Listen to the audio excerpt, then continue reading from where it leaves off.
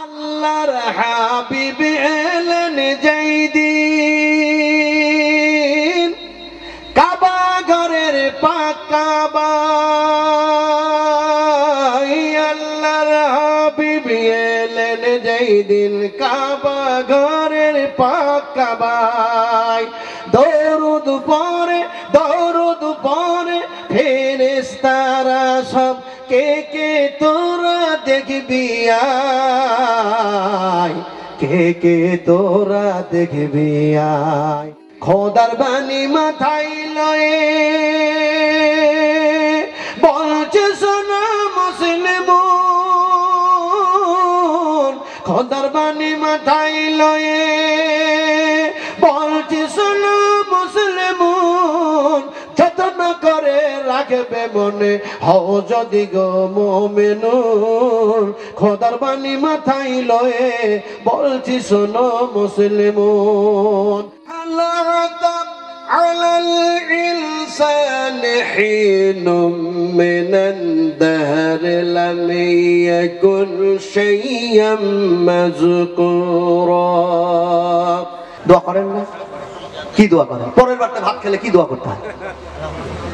আলহামদুলিল্লাহ। মাঠটা খাওয়ার মনে হয়েছে, আলহামদুলিল্লাহ। পরের বারতে ভাত খেলে কি দোয়া করতে হয়? বলে বলি সাহেব আর তালিম ইলম সাহেব পরের বারতে খায়, ওরা ওটা দোয়া মুখস্থ করবে, আমরা খাই না, আমরা ওটা মুখস্থ করবো। হ্যাঁ, কিন্তু আপনি যখন বিয়েই বাড়ি গেলেন পরের বারতে খেলেন, বন্ধুর বাড়ি গেলেন পরের বারতে খেলেন, এমনি করে দেখা যায় কাকির বাড়ি গেলেন পরের বারতে খেলেন। আল্লাহ নবী যেন বয়ান দিচ্ছেন, মুসলিম শরীফের হাদিস, তুমি যখন পরের বারতে খাবার খাবে তখন তাকে দোয়া দিয়ে দাও। দোয়াটা কি? আমরা যখন ছাত্র ছিলাম তখন শিখানো হতো, পরের বাড়িতে খাবার দোয়া পড়ো, আল্লাহুম্মা আতিম মান আতামানি আজকে মান সাকানি। এখন পরের বারটা আপনি খেলেন না, নিজের বাড়িতে খেলেন, খাবার পরে কি দোয়া পড়তে হয় বলেন? বিসমিল্লাহ। হ্যাঁ ঠিক বলেছো তুমি, বিসমিল্লাহ খাবার শুরুতেই বলতে হয়, কিন্তু খাবার পরেটা কি? আমার ভাই না, এখন দেখা যায় খাবার পরে কি দোয়া পড়তে হয় আমরা জানি না। শোনান বুখারী শরীফের হাদিস, আল্লাহ নবী মুহাম্মদুর রাসূলুল্লাহ সাল্লাল্লাহু আলাইহি সাল্লাম তিনি যেন শিখাচ্ছেন, খাবার খাওয়ার পরে বাড়িতে খেলে খাওয়ার পরে দোয়াটা পড়ে নাও, যে খাবার খাওয়ালো তার প্রশংসা করে নাও। জোরে বলি সুবহানাল্লাহ। আলহামদুলিল্লাহ হামদান কাসীরান তাইয়িবান মুবারাকান ফি গায়রা মাগফিয়া ওয়ালা মুআদ্দিয়ান ওয়ালা মুস্তাগনান আনহু রব্বানা। এটা হচ্ছে সহিহ হাদিস। দুনিয়াতে এমন কোন মৌলবি জন্মায় নাই এ বুখারী শরীফের দোয়াকে কেটে দিবে, এরকম তার যোগ্যতা এখনো তৈরি হয় নাই, হবেও না কিয়ামত পর্যন্ত। জোরে বলুন সুবহানাল্লাহ।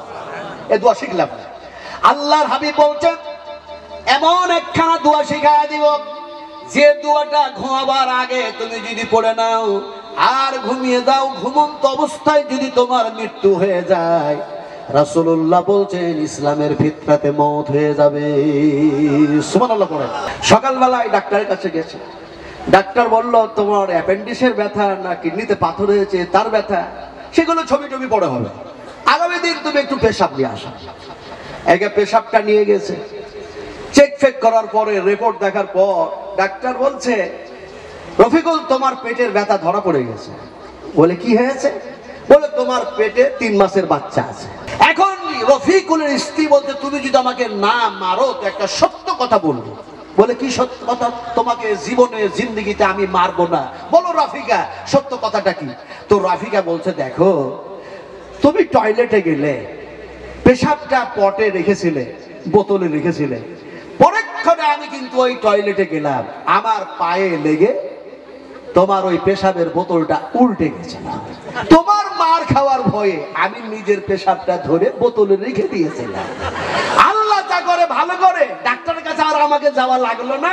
ও পেশাবটা তোমার নয়, ওই পেশাবটা আমার। তোমার পেটে 3 মাসের বাচ্চা নাই, আমার পেটে 3 মাসের বাচ্চা আছে। আল্লাহর হাবিবের কাছে একটি পাত্রে হযরতে জিবরিল যেন পানি নিয়ে আসলেন, আর সেই পানিটা দিয়ে মুখটা ধুলেন, আর কিছু পানি তিনি পান করলেন। আবার যেন একটা পাত্রে দুধ আনা হলো, দুধটি যেন বিশ্ব নবী পান করলেন। আর একটি পাত্রে যেন শরাব আনা হলো। রাসূল বললেন এটা কি? জিবরিল বললেন এটা হলো শরাব, এটা হলো খামর। নবী বললেন আমি ছুবো না, আমি খাবো না, পানও করবো না, ছুবো না। জিবরিল বললেন নবীজি আজকে যদি আপনি এই শরাব, এই খামর পান করে নিতেন, আপনাকে মাননেওয়ালা আপনার উম্মতের সংখ্যা কম হয়ে যেত। আমি ধিক শতধিক গভর্নমেন্টকে জানাই, গভর্নমেন্ট যদি আজকে লকডাউন করলে, তাহলে পরে করোনা বাজার থেকে লকডাউন করার পরে তোমার যখন টাকার দরকার পড়লো তখন তুমি মদের দোকান খুলে দিলে। আপনাদের চূড়ান্ত লকডাউনের সময় কলকাতার মাটিতে মদ বিক্রি হয়েছে সকাল থেকে বেলা 9টা পর্যন্ত 45 কোটি টাকার মদ। কত টাকা বললাম? এটা বানিয়ে বলছি না, আর সাংবাদিক মিডিয়া যা বলেছে আমি তাই বলছি। সেই তারিখে, সেই দিনে আসামে মদ বিক্রি হলো 75 কোটি টাকার মদ। সেই দিনে, সেই তারিখে সকাল থেকে বেলা 9টা পর্যন্ত মদ বিক্রি হলো দিল্লির মাটিতে 100 কোটি টাকার মদ।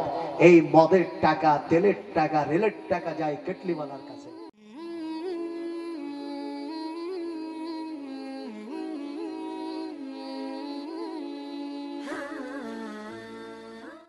প্রশংসা করবেন কার?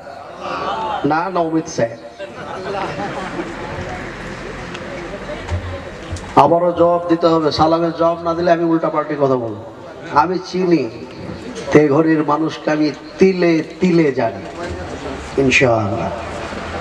আবারও বলছি আসসালামু আলাইকুম ওয়া রাহমাতুল্লাহি ওয়া বারাকাতুহু। وعليكم السلام ورحمة الله الحمد لله نحمده ونستعينه ونستغفره ونؤمن به ونتوكل عليه ونعوذ بالله من شرور أنفسنا ومن سيئات أعمالنا من يهده الله فلا مضل له ومن يضلله فلا هادي له أشهد أن لا إله إلا الله وحده لا شريك له أشهد أن محمدا عبده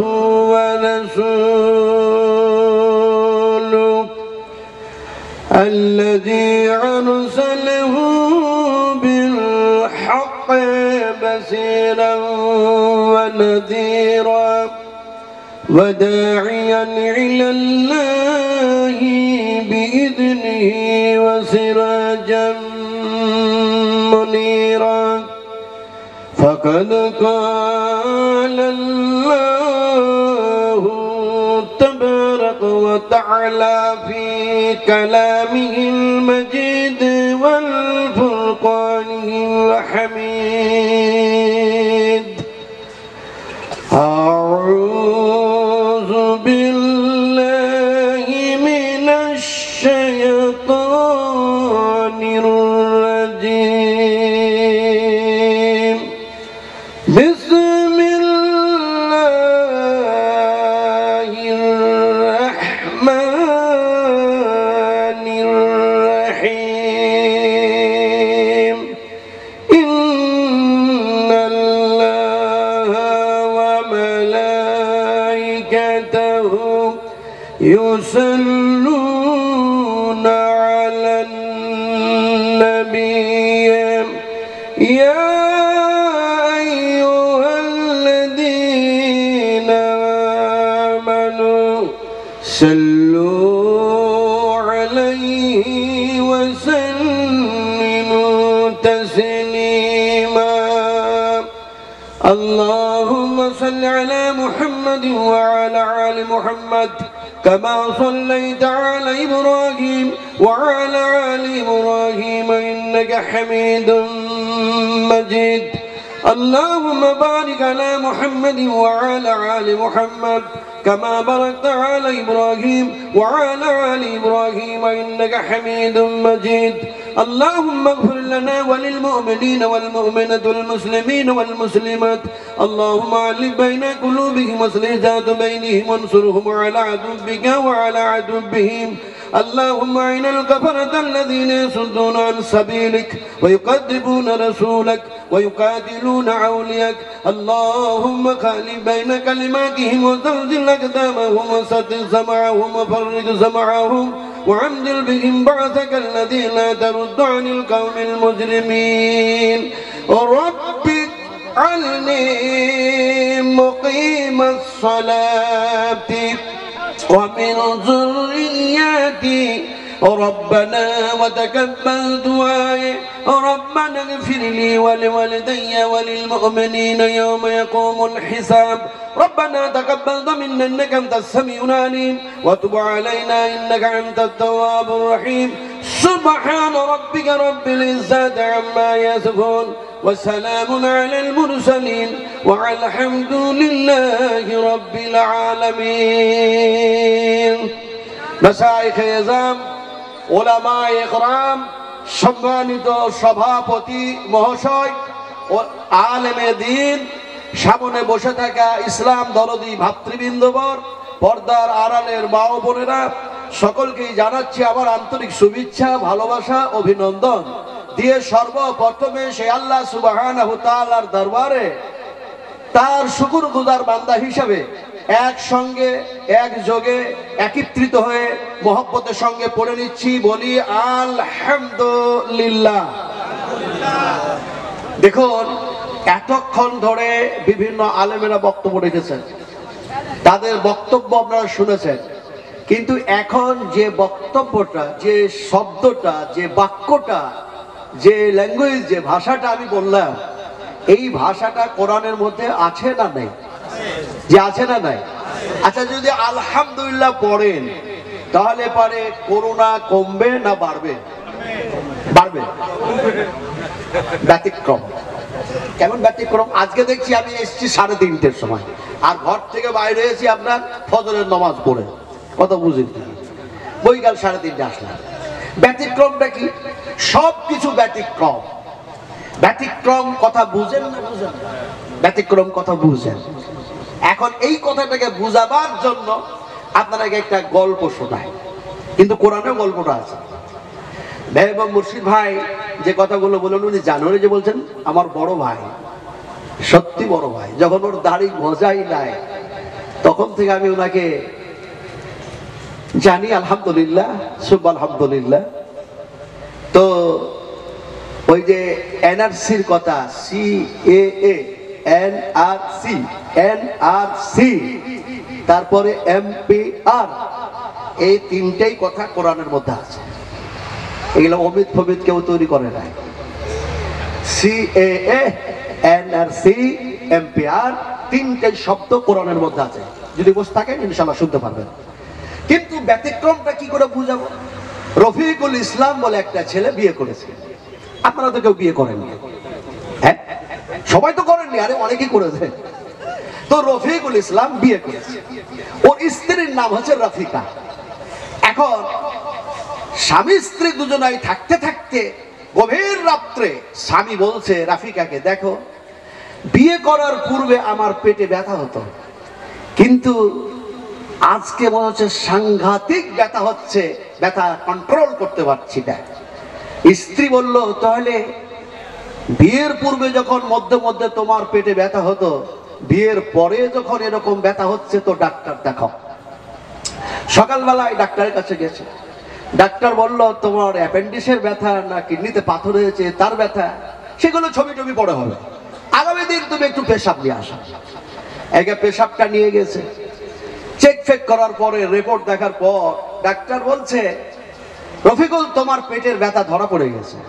বলে, কি হয়েছে? বলে, তোমার পেটে 3 মাসের বাচ্চা আছে। ব্যতিক্রম। আচ্ছা বলুন, আপনারা বাংলার মানুষ, আল্লাহ পাক মেয়েদের পেটে সন্তানের জন্ম দেয় না ছেলেদের পেটে? তাও জানেন না নাকি? একটু জোরে বলুন, মেয়েদের পেটে না ছেলেদের? পুরুষদের না মহিলাদের? কে জন্ম দেয়?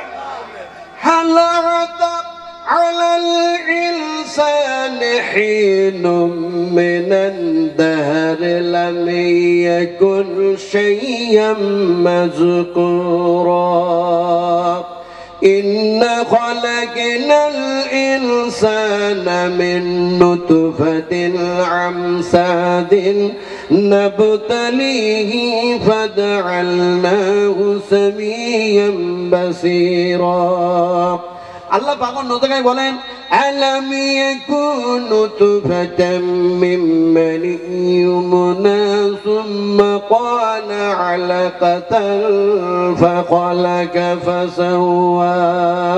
আমি কিন্তু এই আয়াতগুলো তরজমাও করব না, তাফসীর করব না। জিজ্ঞেস করেছি যে আল্লাহ পাক মেয়েদের পেটে ছেলের জন্ম দেয় না পুরুষদের পেটে? একটু জোরে জবাব দিতে হবে। মেয়েদের পেটে। কিন্তু হলোটা কি? ব্যতিক্রম। ডাক্তার বলছে রফিকুলকে যে পেশাবের রিপোর্ট যা এসছে তাতে তোমার পেটে 3 মাসের বাচ্চা আছে। রফিকুলের যা ব্যথা ছিল, ব্যথা তো বাড়লো, চিন্তাটাও বেড়ে গেল। ঔষধ নিয়ে বাড়ি। রবীন্দ্র ঠাকুর সাজা সহজ, কিন্তু ডিগ্রি অর্জন করা কি অত সহজ মনে করছে? আবার ভাইরা, এ লোকটা বলল হাতের তালি বাজাও, করুণার সাথে মোকাবেলা করা যাবে। তালি বাজার কিন্তু কথা কোরআনে এসছে। ইনশাআল্লাহ আমি সে আয়াতগুলি পড়বো, বিশ্বাস করুন, এসছে আয়াত। তালি বাজার কথা কোরআনে এসছে। শুধু খালি অপেক্ষা করুন, শুনতে পাবেন ইনশাআল্লাহ। এখন সে বলল এইটা করো, তাহলে পরে করোনার সঙ্গে মোকাবেলা করা যাবে। তারপরে বললোটা কি?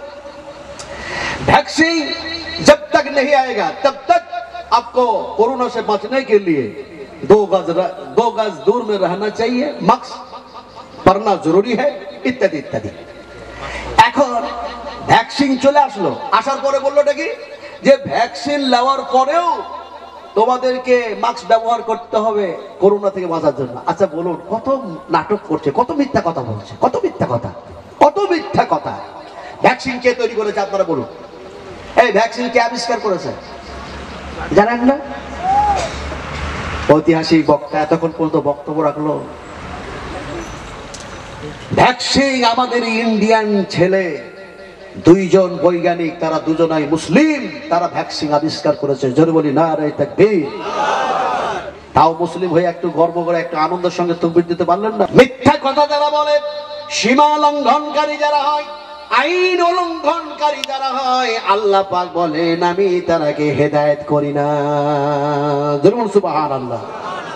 আমি তো প্রতিটি মঞ্চে দোয়া করেছি। সেদিন মেহবুব মুর্শিদ আর আমি ছিলাম এতে মালদাতে 1 সপ্তাহ আগে, সেই দিনও আমি প্রধান বক্তা সেখানে।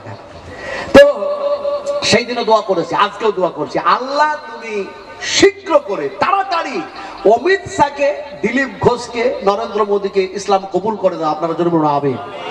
আর বলুন আমিন। আজকে সরাসরি দাওয়াত দিচ্ছি আলহামদুলিল্লাহ।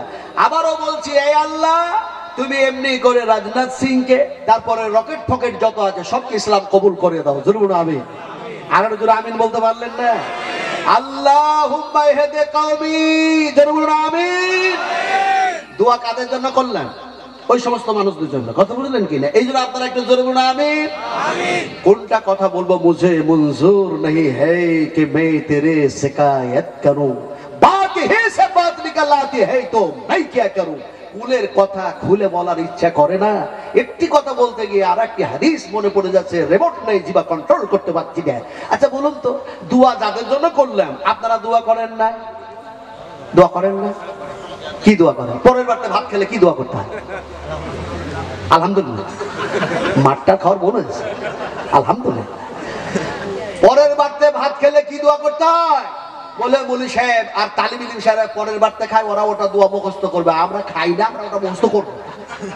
হ্যাঁ, কিন্তু আপনি যখন বিয়েই বাড়ি গেলেন পরের বারতে খেলেন, বন্ধুর বাড়ি গেলেন পরের বারতে খেলেন, এমনি করে দেখা যায় কাকির বাড়ি গেলেন পরের বারতে খেলেন। আল্লাহ নবী যেন বয়ান দিচ্ছেন, মুসলিম শরীফের হাদিস, তুমি যখন পরের বারতে খাবার খাবে তখন তাকে দোয়া দিয়ে দাও। দোয়াটা কি? আমরা যখন ছাত্র ছিলাম তখন শেখানো হতো, পরের বাড়িতে খাবার দোয়া পড়ো, আল্লাহুম্মা আতিম মান আতামানি আজকে মান সাকানি। এখন পরের বারটা আপনি খেলেন না, নিজের বাড়িতে খেলেন, খাওয়ার পরে কি দোয়া পড়তে হয় বলেন? বিসমিল্লাহ। হ্যাঁ ঠিক বলেছো তুমি, বিসমিল্লাহ খাবার শুরুতেই বলতে হয়, কিন্তু খাবার পরেটা কি আমার ভাই না। এখন দেখা যায় খাবার পরে কি দোয়া পড়তে হয় আমরা জানি না। শোনান বুখারী শরীফের হাদিস, আল্লাহ নবী মুহাম্মদুর রাসূলুল্লাহ সাল্লাল্লাহু আলাইহি সাল্লাম তিনি যেন শিখাচ্ছেন খাবার খাওয়ার পরে, বাড়িতে খেলে খাওয়ার পরে দোয়াটা পড়ে নাও। যে খাবার খাওয়ালো তার প্রশংসা করে নাও, জোরে বলি সুবহানাল্লাহ। আলহামদুলিল্লাহ হামদান কাসীরান তাইয়িবান মুবারাকান ফি গায়রা মাগফিয়া ওয়ালা মুআদ্দিয়ান ওয়ালা মুস্তাগনান আনহু রব্বানা। এটা হচ্ছে সহিহ হাদিস। দুনিয়াতে এমন কোন মৌলবি জন্মায় নাই এ বুখারী শরীফের এই দোয়াকে কেটে দিবে, এরকম তার যোগ্যতা এখনো তৈরি হয় নাই, হবেও না কিয়ামত পর্যন্ত। জোরে বলুন সুবহানাল্লাহ। এই দোয়া শিখলাম, আল্লাহর হাবিব বলছেন এমন একখানা দোয়া শিখায় দিব যে দোয়াটা ঘুমাবার আগে তুমি যদি পড়ে নাও আর ঘুমিয়ে দাও, ঘুমন্ত অবস্থায় যদি তোমার মৃত্যু হয়ে যায়, রাসূলুল্লাহ বলছেন ইসলামের ফিতরাতে মওত হয়ে যাবে। সুবহানাল্লাহ পড়েন। তার মানে ঘুমের ঘরে কি হয়? কলমা পড়ার সুযোগ পেলেন না, তওবা করার সুযোগ পেলেন না, আল্লাহকে ডাকাহাকা করার সুযোগ পেলেন না। রাসূলুল্লাহ বলেছেন ঘুমটা এক ধরনের মৃত্যু, জাগালে আল্লাহ জাগাবে, নইলে ওই অবস্থায় তোমাকে মৃত্যু মুখে পতিত করে দিবে। ফলে যেন নবী বলছেন আমার উম্মতেরা যাতে করে ইসলামের ফাউন্ডেশনে, ইসলামের ভিত্তিতে, ইসলামের ফিতরাতে যাতে করে মওত হয়, তার জন্য দোয়া একটা শিখাই দিচ্ছি, সেই দোয়াটা পড়ে শুয়ে যেও। ওই দোয়াটা কি? হ্যাঁ, আল্লাহ বিসমিকা ওয়া আমুতু ওয়া আহইয়াতু, ওটা তো শুয়ার দোয়া বলা হয়েছে, কিন্তু ইসলামের ভিত্তিতে যাতে করে মওত হয় সেই দোয়াটা কি? বুখারী শরীফের মধ্যে এসেছে, মুসলিম শরীফের মধ্যে এসেছে। কি দোয়া?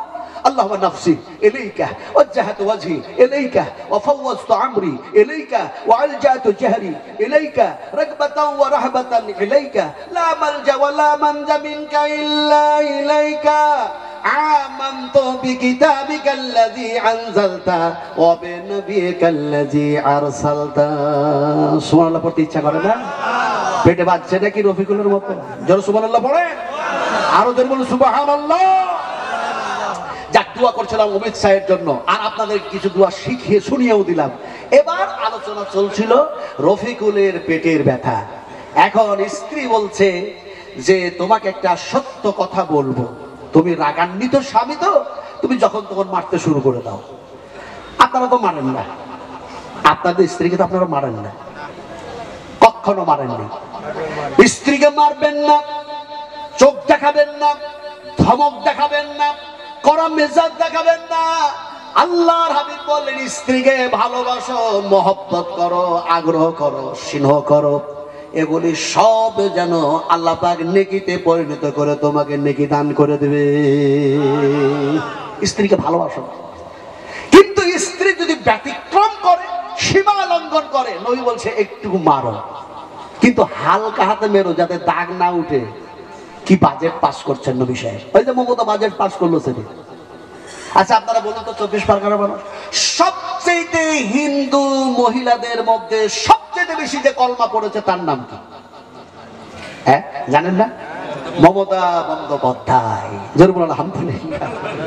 আমি সেদিন বলছিলাম কিষানগঞ্জ, পূর্ণিয়া, আসাম, দিনাজপুর, বিভিন্ন জায়গায়। এখন আমার প্রোগ্রাম আছে, এমন একটা দিন নাই যে 20টা প্রোগ্রাম আমার কাছে আসে না আর আমি ব্যাগ দিই না। আজকেও মোবাইল অফ করে দিয়েছি, বলে ওর আর পড়া যাচ্ছে না। মোশা ভাইও বলছিলেন যে মুক্তারপুর কোথা কোথা থেকে মানুষ এসে আছে ডেট নেওয়ার জন্য, কিন্তু আমার কাছে ফাঁকা নাই। আমি 2022 সালের ডেট গুলো লিখছি, কথা বুঝতে পারলি কি না, এবছর হবে না।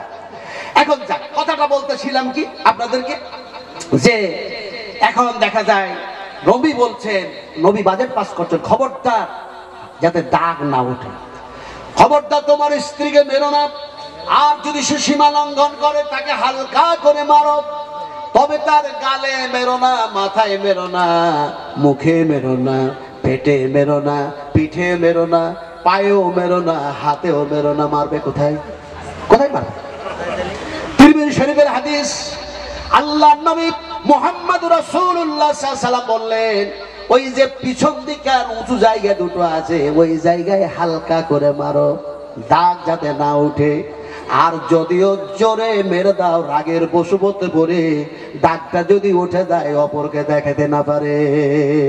এই হাদিস বয়ান করলে বলে উঁচু জায়গায় কাল থেকে মারতে শুরু করেন না পারে, নাহলে তাও বিপদ হয়ে যাবে। এখন রফিকুলের স্ত্রী বলতে, তুমি যদি আমাকে না মারো তো একটা সত্য কথা বলবো। বলে, কি সত্য কথা? তোমাকে জীবনে জিন্দেগিতে আমি মারবো না। বলো রাফিকা, সত্য কথাটা কি? তো রাফিকা বলছে, দেখো তুমি টয়লেটে গেলে পেশাবটা পটে রেখেছিলে, বোতলে রেখেছিলে, পরক্ষণে আমি কিন্তু ওই টয়লেটে গেলাম, আমার পায়ে লেগে তোমার ওই পেশাবের বোতলটা উল্টে গেছে। তোমার মার খাওয়ার ভয়ে আমি নিজের পেশাবটা ধরে বোতলে রেখে দিয়েছিলাম। আল্লাহ যা করে ভালো করে, ডাক্তারের কাছে আর আমাকে যাওয়া লাগলো না। ও পেশাবটা তোমার নয়, ওই পেশাবটা আমার। তোমার পেটে 3 মাসের বাচ্চা নাই, আমার পেটে 3 মাসের বাচ্চা আছে। ব্যতিক্রম যা হয়েছিল তা ফায়সালা হয়ে গেল।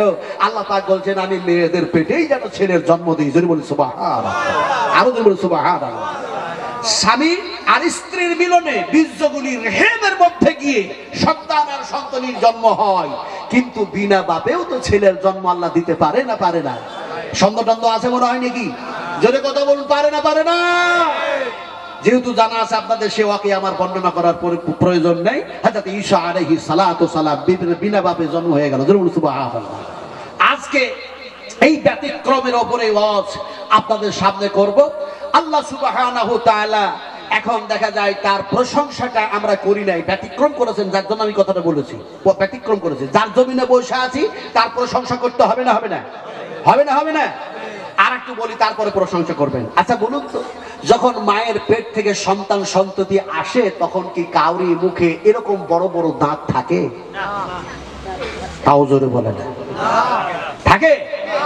এখন যেমন বড় বড় দাঁত, সেই সময় কচি অবস্থায়, শিশু অবস্থায় মায়ের পেট থেকে যে সময় আসলো, সেই সময় যদি এরকম বড় বড় দাঁত দিয়ে দিতেন আল্লাহ পাক, তাহলে মহিলারা কষ্ট বেদনা সমস্যার সম্মুখীন হতো না। কিন্তু দাঁত তখন দিলেন না, বড় হওয়ার পরে দাঁত দিলেন। কিন্তু একটি আন্ডার মধ্যে থেকে, ডিমের মধ্যে থেকে যখন বাচ্চা বাইর হলো, ওটা বাচ্চা বলেন না পিলে বলেন? হ্যাঁ, বাচ্চাও বলে, পিলেও বলে। হ্যাঁ হ্যাঁ, পিলে। হ্যাঁ, আর বীরভূমের মানুষ বলে মুরগির ছা। কথা বুঝেন কি? এখন ছা বলেন, বাচ্চা বলেন, পিলে বলেন, বাইর হলো।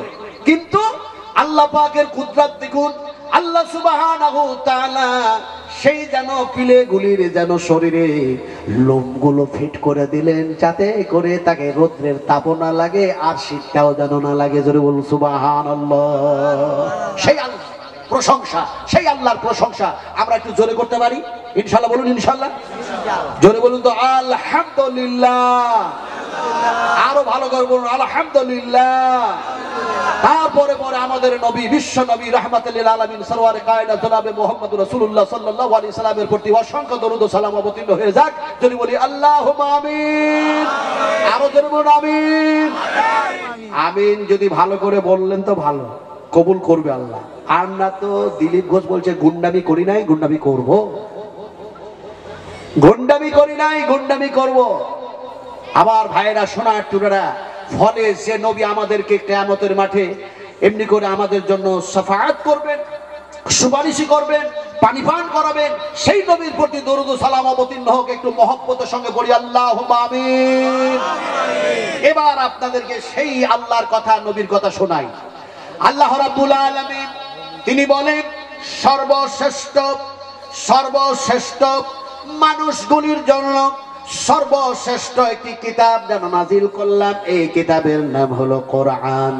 আর সর্বশ্রেষ্ঠ মানুষের জন্য সর্বশ্রেষ্ঠ একটি যেন নবী দিলাম, তার নাম হলো মুহাম্মাদুর রাসূলুল্লাহ সাল্লাল্লাহু আলাইহি ওয়াসাল্লাম। সমস্ত নবীরা ছিলেন সর্বশ্রেষ্ঠ নবী, কিন্তু মুহাম্মদ সাল্লাল্লাহু আলাইহি সাল্লাম হচ্ছেন সাইয়্যিদুল মুরসালিন, খাতিমুন নবীন।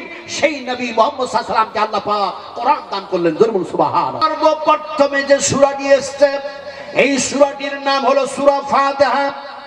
আর এই সূরাটির প্রথমেই যেন আছে আলহামদুলিল্লাহ রাব্বিল আলামিন। সবাই মিলে পড়ুন আলহামদুলিল্লাহি রাব্বিল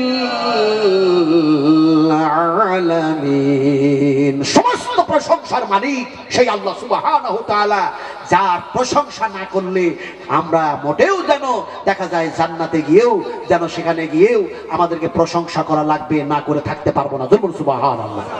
আল্লাহর হাবিব বলেছেন, বিশ্ব নবী বলেছেন, বেহেশতের মধ্যে যাবে, জান্নাতের মধ্যে যারা যাবে আল্লাহ পাক দয়া করে অনুগ্রহ করে কৃপা করে বেহেশতের মধ্যে প্রবেশ করাবেন। জান্নাতি মানুষদের সর্বপ্রথম যে ল্যাঙ্গুয়েজ, যে ভাষাটা আসবে সেটা হবে প্রশংসনীয় ভাষা। সেটা যেন বলবে তারা আলহামদুলিল্লাহি রাব্বিল আলামিন। বিশ্ব নবী একদিন বাইতুল আকসায় নামাজ পড়াচ্ছেন। বলুন সুবহানাল্লাহ। বাইতুল আকসায় নামাজ পড়ছেন, নামাজ পড়াচ্ছেন, পড়ছেন, কেমনে পড়ছেন কেমনে পড়াচ্ছেন পরবর্তী শব্দগুলি আসবে। প্রথম মত আমি বলি, নামাজ পড়তে গিয়ে নবী যেন বলছেন আলহামদুলিল্লাহি রাব্বিল আলামিন। এমন কোন নামাজ নাই, বেতন নামাজ পড়ুন, নফল নামাজ পড়ুন, সুন্নত নামাজ পড়ুন, ঈদুল ফিতর নামাজ পড়ুন, ঈদুল আযহার নামাজ পড়ুন, আপনি জানাজার নামাজ পড়ুন, আপনি ইস্তিসকার নামাজ পড়ুন, আপনি ইশরাকের নামাজ পড়ুন, আপনি চাষের নামাজ পড়ুন, আপনি তাহাজ্জুদের নামাজ পড়ুন, সর্বনামাজে সর্বপ্রথমে কি আছে? কি আছে? আলহামদুলিল্লাহি রাব্বিল আলামিন। রাসূলুল্লাহ সাল্লাল্লাহু আলাইহি ওয়াসাল্লাম নামাজ পড়লেন, শেষ করলেন। হঠাৎ হযরত জিবরিল আসলেন, এসে বলছেন আসসালামু আলাইকা ইয়া রাসূলুল্লাহ, আসসালামু আলাইকা ইয়া হাবিবাল্লাহ। হে আল্লাহর নবী, আল্লাহ পাক আপনাকে আমাকে আপনার কাছে যেন কিছু কথা নিয়ে পাঠিয়েছে, সেই কথাগুলি নিয়ে এসেছি। বিশ্ব নবী মুহাম্মদ সাল্লাল্লাহু আলাইহি সাল্লাম বলেন, হে আমার রফিক, হে আমার দোস্ত, আপনি আমার জন্য কি নিয়ে এসেছেন? আল্লাহ পাক কি দিয়ে পাঠিয়েছেন? সে সময় তিনি বললেন, আপনার উপরে 30 পারা কোরআন নাযিল হবে, কিন্তু আজকে যে সূরাটি আপনি তেলাওয়াত করলেন এই সূরা তো আপনাকে আমি শিখাইয়া দিয়েছি, আমি বলে দিয়েছি, আর আল্লাহর প্রশংসাও করেছেন। ফলে আজকে আপনি নামাজ পড়লেন, নামাজের প্রথমে সূরা ফাতিহা পাঠ করেছেন, আর এমনি করে আপনার পিছনে দেখা যায় এমনি করে জমিনের সমস্ত ফেরেশতা আর হযরত আদম থেকে নিয়ে ঈসা পর্যন্ত तमाम পয়গম্বরেরা দাঁড়ায়া দাঁড়ায়া সালাত আপনার পিছনে আদায় করেছে। আজকে আপনি এমন এক ইতিহাস তৈরি করেছেন যে ফেরেশতা আর নবীদের যেন ইমামতি করেছেন। বলি সুবহানাল্লাহ। খুব তাড়াতাড়ি বলছি, আমি খুব লম্বা করব না, আপনারা একটু বসে থাকুন। এমন সময় বিশ্ব নবী মুহাম্মদ সাল্লাল্লাহু আলাইহি সাল্লামের কাছে দেখা যায় এমনি করে হযরত আদম যেন খুতবা দিলেন, হযরত নূহ খুতবা দিলেন, হযরত মুসা খুতবা রাখলেন, হযরত ইব্রাহিম খুতবা রাখলেন। শেষের বেলায় যেন যিনি খুতবা রাখলেন তিনার নাম হলো মুহাম্মদ সাল্লাল্লাহু আলাইহি সাল্লাম। তিনার খুতবার শব্দগুলো এরকম ছিল, আলহামদুলিল্লাহি কাফা ওয়াস সালামু ওয়াস সালাহ আলা ইবাদিল্লাহিল্লাযিনা ইসতাফা, আম্মা বাদ। তারপরে যা ছিল সাজ শুরু হয়ে গেল। এখন বিশ্ব নবীর খুতবা হয়ে গেল। আল্লাহর হাবিবের কাছে একটি পাত্রে হযরতে জিবরিল যেন পানি নিয়ে আসলেন, আর সেই পানিটা দিয়ে মুখটা ধুলেন, আর কিছু পানি তিনি পান করলেন। আবার যেন একটা পাত্রে দুধ আনা হলো, দুধটি যেন বিশ্ব নবী পান করলেন। আর একটি পাত্রে যেন শরাব আনা হলো। রাসূল বললেন এটা কি? জিবরিল বললেন এটা হলো শরাব, এটা হলো খামর। নবী বললেন আমি ছুবো না, আমি খাবো না, পানও করবো না, ছুবো না। জিবরিল বললেন নবীজি আজকে যদি আপনি শরাব এই খামর পান করে নিতেন, আপনাকে মাননেওয়ালা আপনার উম্মতের সংখ্যা কম হয়ে যেত। আমি ধিক শতধিক গভর্নমেন্টকে জানাই, গভর্নমেন্ট যদি আজকে লকডাউন করলে তাহলে পরে করোনা বাজার থেকে লকডাউন করার পরে তোমার যখন টাকার দরকার পড়লো তখন তুমি মদের দোকান খুলে দিলে। আপনাদের চূড়ান্ত লকডাউনের সময় কলকাতার মাটিতে মদ বিক্রি হয়েছে সকাল থেকে বেলা 9টা পর্যন্ত 45 কোটি টাকার মদ। কত টাকা বললাম? এটা বানিয়ে বলছি না, সাংবাদিক মিডিয়া যা বলেছে আমি তাই বলছি, সেই তারিখে সেই দিনে আসামে মদ বিক্রি হলো 75 কোটি টাকার মদ। সেই দিনে সেই তারিখে সকাল থেকে বেলা 9টা পর্যন্ত মদ বিক্রি হলো। দিল্লির মাটিতে 100 কোটি টাকার মদ। এই মদের টাকা, তেলের টাকা, রেলের টাকা যায় কেটলিওয়ালার কাছে। কথা বুঝতে পেরেছেন না পারেন না? এর হিসাব কে দেবে? আপনারা বলুন, হিসাবটা আল্লাহই নেবেন, আপনারাকে হিসাব দিতে হবে। তার আগে বলুন শরাব হারাম না হালাল? যারা খায় ওরা কিন্তু আস্তে কথা বলবে, কথা বুঝেন কিনা? আর যারা খায় না ওরা জোরে বলবে মদ হালাল না হারাম? আরো জোরে বলুন কি? ইয়াসআলুনাকা আনিল খামর ওয়াল মাইসির কুল ফীহিমা ইসমুল কাবীর ওয়া মানাফিউ লিন-নাস। এখন দেখা যায় মদকে আল্লাহ পাক হারাম করেছেন ইত্যাদি ইত্যাদি, আমি সেদিকে যাচ্ছি না। এখন নবী মুহাম্মদ সাল্লাল্লাহু আলাইহি ওয়াসাল্লাম তিনি যেন দেখা যায় মদ্যপান করলেন না। এবার নবী সেখান থেকে বেরিয়ে আসলেন। তারপরে কি তারপরে কি তারপরে কি সব বাদ থাকলো। এবার দেখা যায় আল্লাহর নবীকে যেন খবর হচ্ছে, ও নবী তুমি কি জানো? নবী বললেন জানি না। কি হয়েছে? জিবরিল বললেন সাংঘাতিক আইন তৈরি হয়েছে। 3টি পাওয়ারফুল মানুষ আপনার বিরুদ্ধে আর আপনার উপরে যারা ঈমান এনেছে তাদের বিরুদ্ধে 3টা আইন যেন বিল পাস করেছে, আইন পাস করেছে। এখনকার ভাষা হচ্ছে কি ভাষা? CAA, NRC, ampere. আর আল্লাহর ভাষা যেন কি কি আইন পাস করেছে সেটা কোরআনের মধ্যে এসেছে। জিবরিল শোনাচ্ছে, শোনো। এখনকার এই ভারতের মাটিতে, পৃথিবীর মাটিতে অনেক বড় বড় পাওয়ারফুল নেতা আছে, কিন্তু নবীর জামানায় যত পাওয়ারফুল মানুষ ছিল তাদের মধ্যে 3টা সবচেয়ে পাওয়ারফুল নেতা ছিল। একটা নেতার নাম ছিল আবুল আসওয়াদ। কি নাম বলছি ভালো করে শুনুন, বুখারী শরীফের মধ্যে ঘটনাটা এসেছে, ভালো করে শুনুন। একটা যেন পাওয়ারফুল নেতার নাম ছিল আবুল আসওয়াদ, আরেকটি পাওয়ারফুল নেতার নাম ছিল আবুল বাখতিয়ার, আরেকটি পাওয়ারফুল নেতার নাম ছিল আবুল হাকাম, যাকে আপনারা আবু জাহিল করছিল এখন পর্যন্ত, ওই আবুল হাকাম।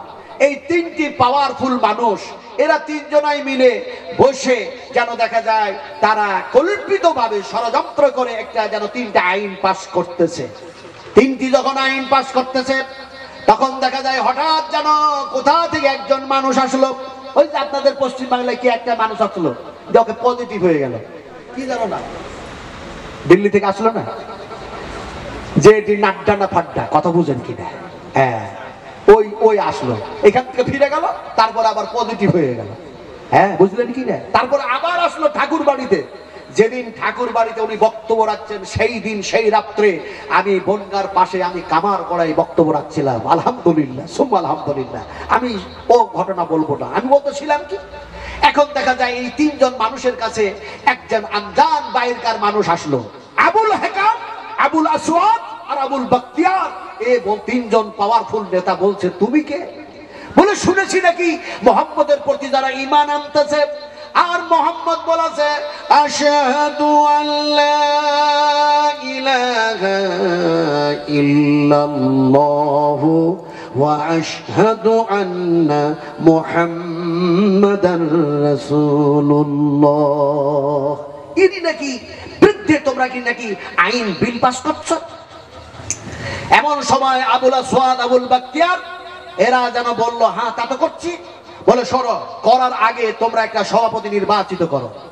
এখন সভাপতি নির্বাচিত করতে গিয়ে বললো যে তুমি সভাপতি হও, তুমি যখন বাইরের মানুষ তুমি হও।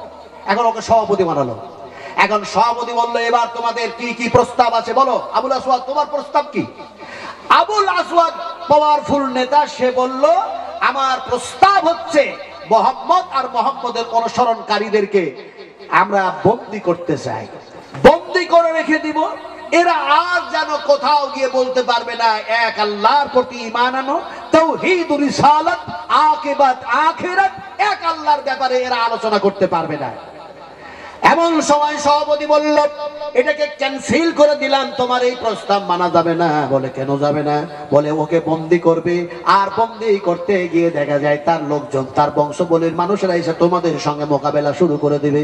ফলে যেন এই করে যেন কাজ করা যাবে না, এই করে যেন ইসলামকে রুকাও যাবে না, বন্ধ করাও যাবে না। ফলে তোমার এই প্রস্তাব আমি ক্যান্সেল করে দিলাম। আচ্ছা বলো আবুল বাখতিয়ার তোমার কি প্রস্তাব?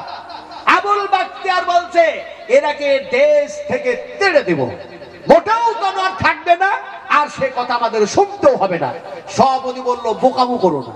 একেবারে বোকামু করতেছো, খেপামু করতেছো না, খেপা বুঝেন? এই খেপা বুঝেন?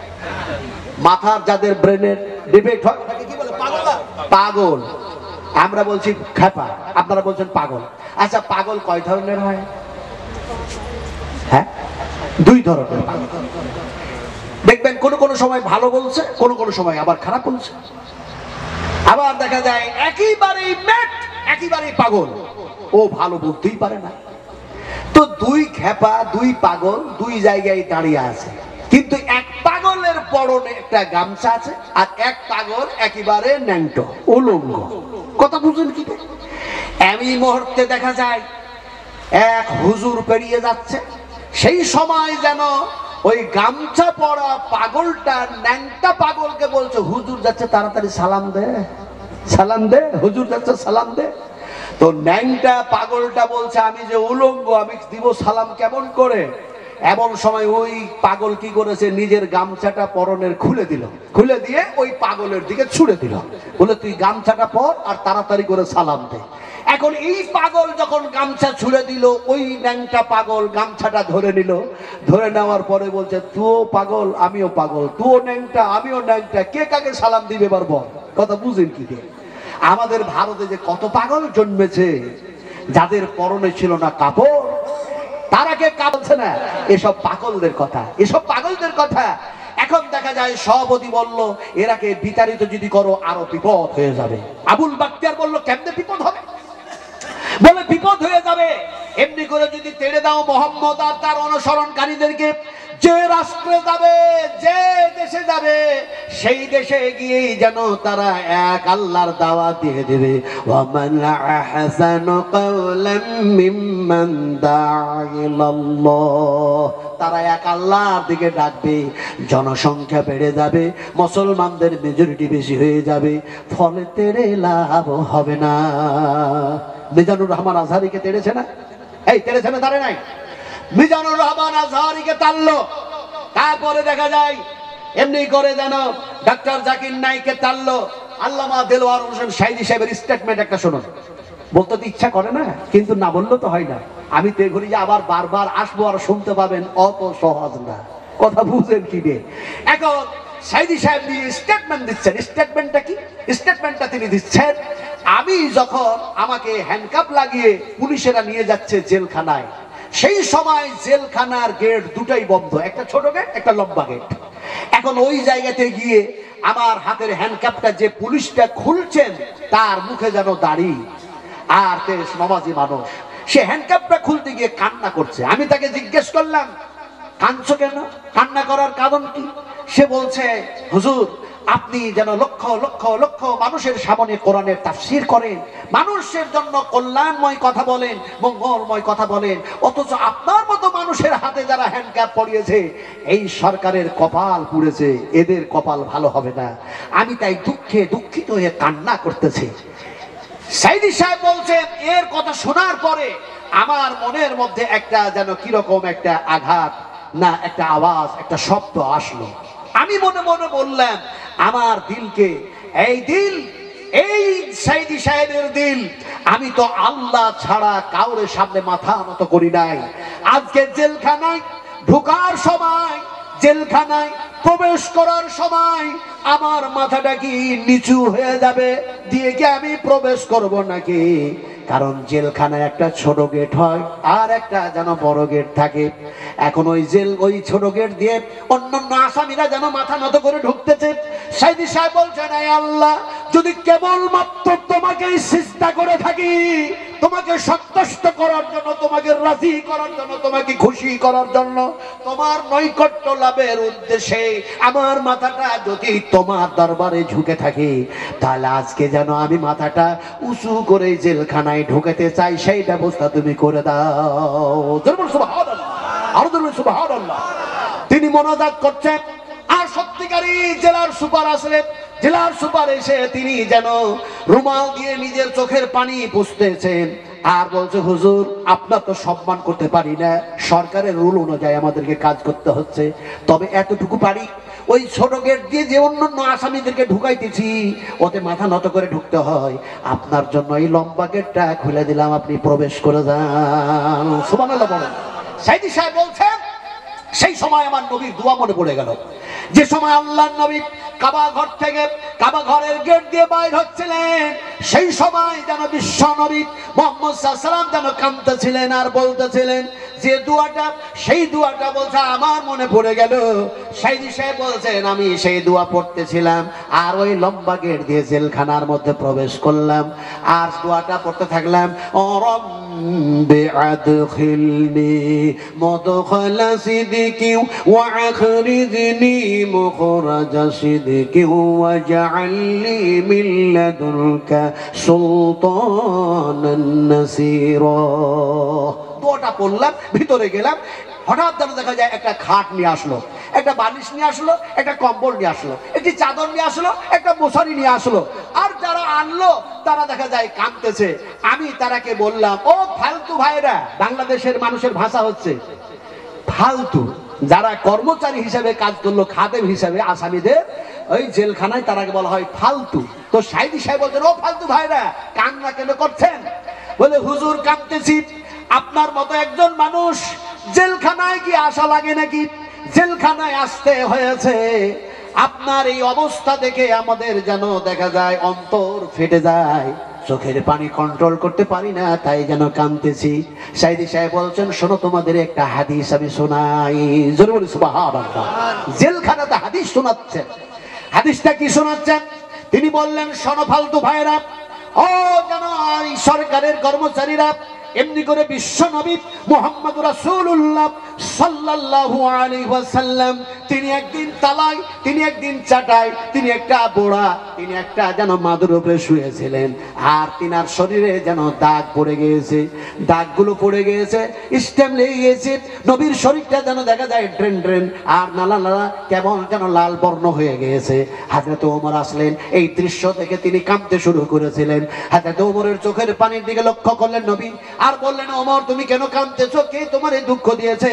ওমর বললেন, ইয়া রাসূলুল্লাহ, এমনি করে কেউ দুঃখ দেয় না, কিন্তু আপনি হলেন যেন রাহমাতুল লিল আলামিন, অথচ আপনার শুবার জায়গা একটু আরাম মতো নাই, আপনার বিছানা একটু ভালো নাই, আপনার চাদর একটু ভালো নাই, কিন্তু এমনি করে যেন রোমের বাদশা, এমনি করে ফ্রান্সের বাদশা, ইরানের বাদশা যারা, তাদের যেন সিংহাসন, তাদের যেন আরামের জায়গা, শোয়ার জায়গা কত যেন আরামদায়ক। ইয়া রাসূলুল্লাহ, আপনার অবস্থা দেখে আমি যেন কাঁদতেছি। বিশ্বনবী সে সময় যেন ওমরকে সান্ত্বনা দেওয়ার জন্য বললেন, ইজা রাআইতা সাম্মা রাআইতা নাঈমা ওয়া মুলকান কাবীরা আলাইহিম সিয়াবু সুন্দুসিন খুদরু ওয়া ইস্তাবারাক ওয়া হুল্লু আসাবির মিন ফিল্লাতিল ওয়া সাকাহুম রাব্বুহুম সারাবান তাহুরা।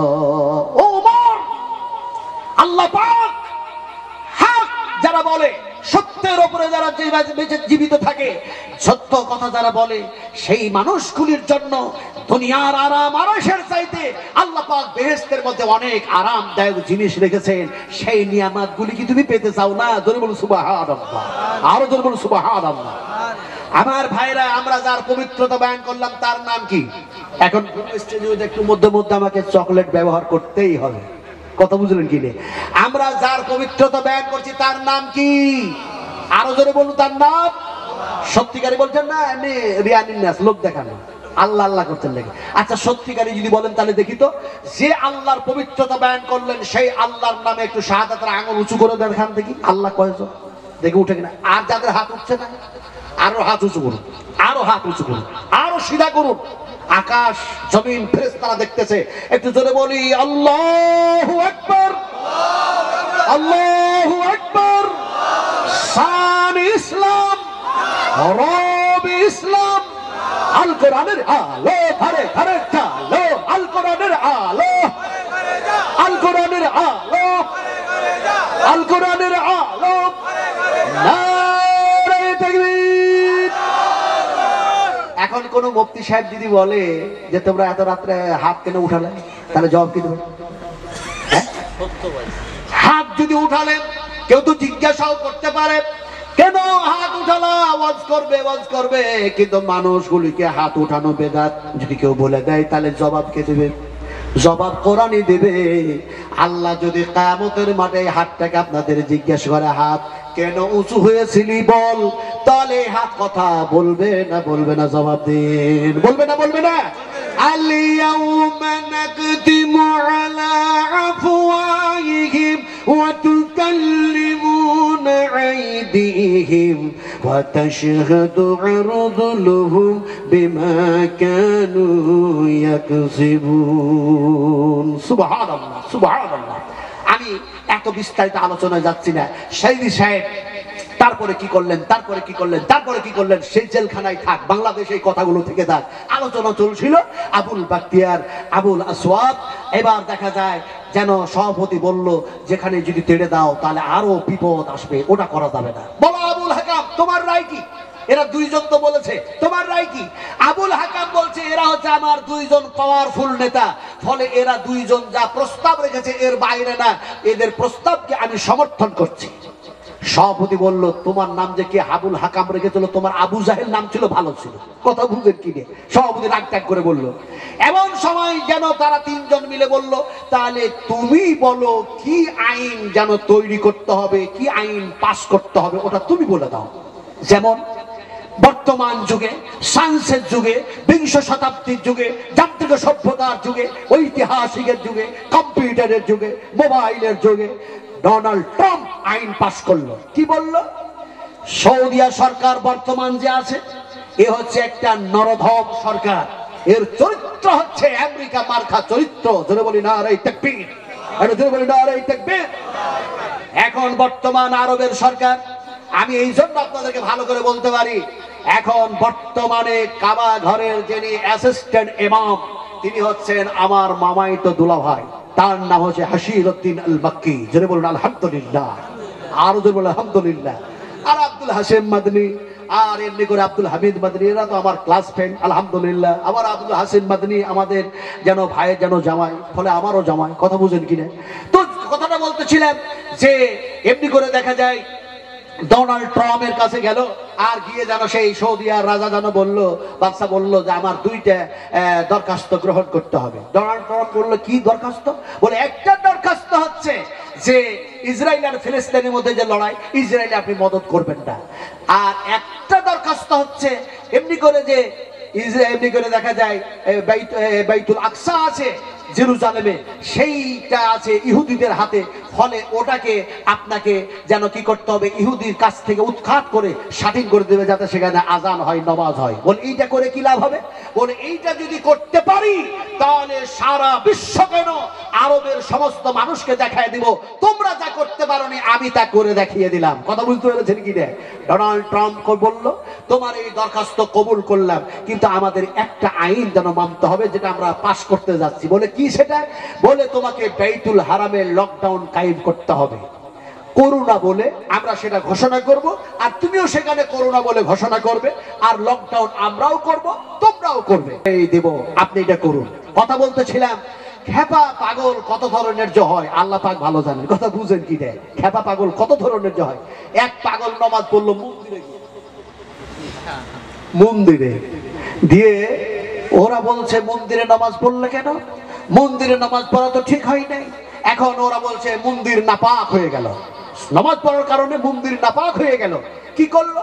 গঙ্গা থেকে, নদী, সমুদ্র, সাগর থেকে পানিটা নিয়ে এনে সেটাকে ধোয়া পাকলা করে, ধূপ ধুঁয়ো দিয়ে, নারকেল টারকেল ভেঙে, আগুন টাগুন জ্বালায়, ওম নমঃ নমঃ শিবায় যা। কিন্তু ওম মানে আল্লাহ, তাও বুঝে না। ওম মানে ওরা বলে গড, ওম মানে বলে ঈশ্বর, ওম মানে ভগবান, ইত্যাদি ইত্যাদি। কিন্তু ওরা বলছে এবার পাকটাক হয়ে গেল। ওরা বলে হনুমান চল্লিশা করবো আমরা। যে মুসলমানটা নামাজ পড়েছে সে বলছে আমার পর একটা ছোট মসজিদ আছে, তুমি মসজিদে ঢুকে যাও, হনুমান চল্লিশা পাঠ করলো, কোনো আপত্তি নাই। কত বড় পাগল, কত বড় পাগল! হ্যাঁ, এখন ওরা বললো যদি মসজিদে তা করি তাহলে তো বিশাল একটা সংঘর্ষ তৈরি হয়ে যাবে। ওরা কি করলো, সন্ধ্যাবেলাতে একটা ঈদগাহেতে গিয়ে, এটা ঈদগাহের উন্নতি করবে জালসা তো, ভালো করে বুঝুন, আমার কিন্তু বক্তৃতার মধ্যে সব ধরনের কিন্তু থাকবে কথা। তো ও বললো যে ঈদগাহে চলো সন্ধ্যার সময়, সেখানে হনুমান চল্লিশা পাঠ করে দেবো। একটা ঈদগাহে গিয়ে তারা হনুমান চল্লিশা পাঠ করে নিল। এখন বদলা নেওয়া হয়ে গেল। ফতোয়া কি আসবে? ফতোয়া কে দেবে? দারুল উলুম দেওবান, এমনি করে জামিয়া সালফিয়া, বিভিন্ন জায়গা থেকে ফতোয়া চাইতে লাগলো। কি হলো, কি হলো, মন্দিরে নামাজ পড়া হলো, কি হলো, কি হলো, কি হয়েছে, কি হয়েছে, কি হয়েছে, নানা রকমের ফতোয়া আসলো।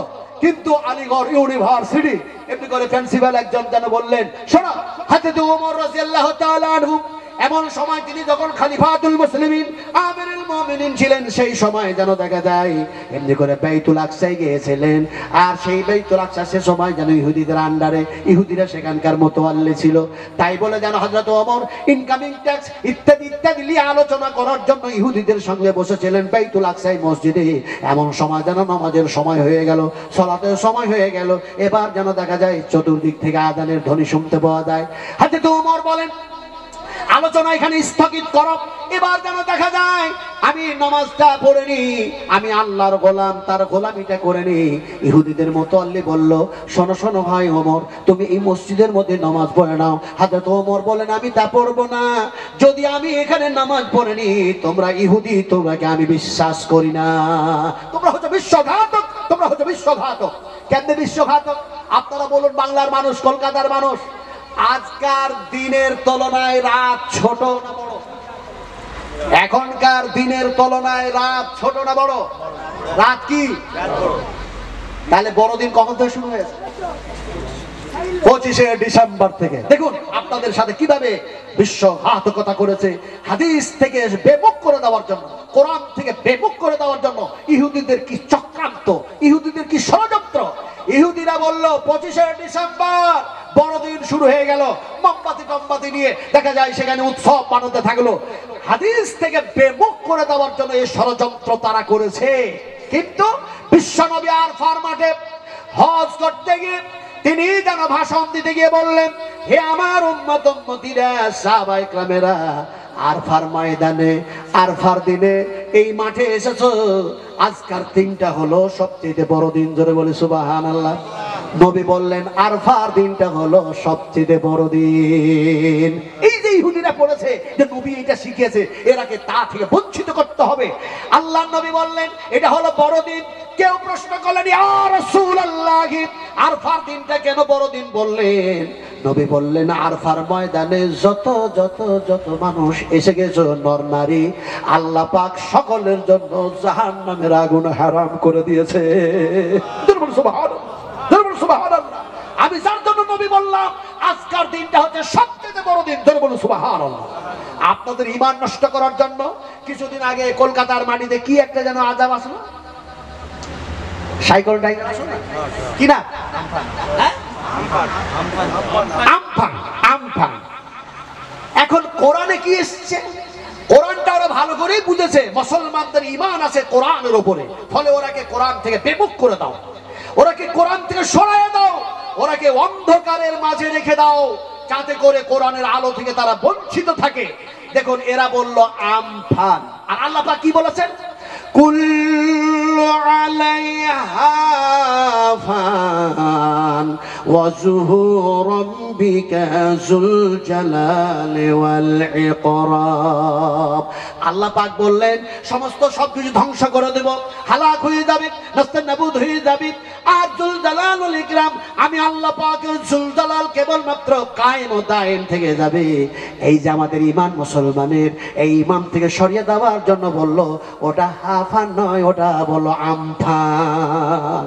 কোরআনের উপরে তারা হস্তক্ষেপ করেছে। ইহুদিরা সেইভাবে চক্রান্ত করে ঈমানকে নষ্ট করার জন্য বলেছে 25শে ডিসেম্বর আজ থেকে দিন বড়সড় হয়ে গেল। রাসূল আকরাম সাল্লাল্লাহু আলাইহি ওয়াসাল্লাম বুখারী শরীফের হাদিস, তিনি বললেন আরফার দিনটা সবচেয়ে বড় দিন। জোরে বলি নারে তাকবীর, আর জোরে বলি নারে তাকবীর।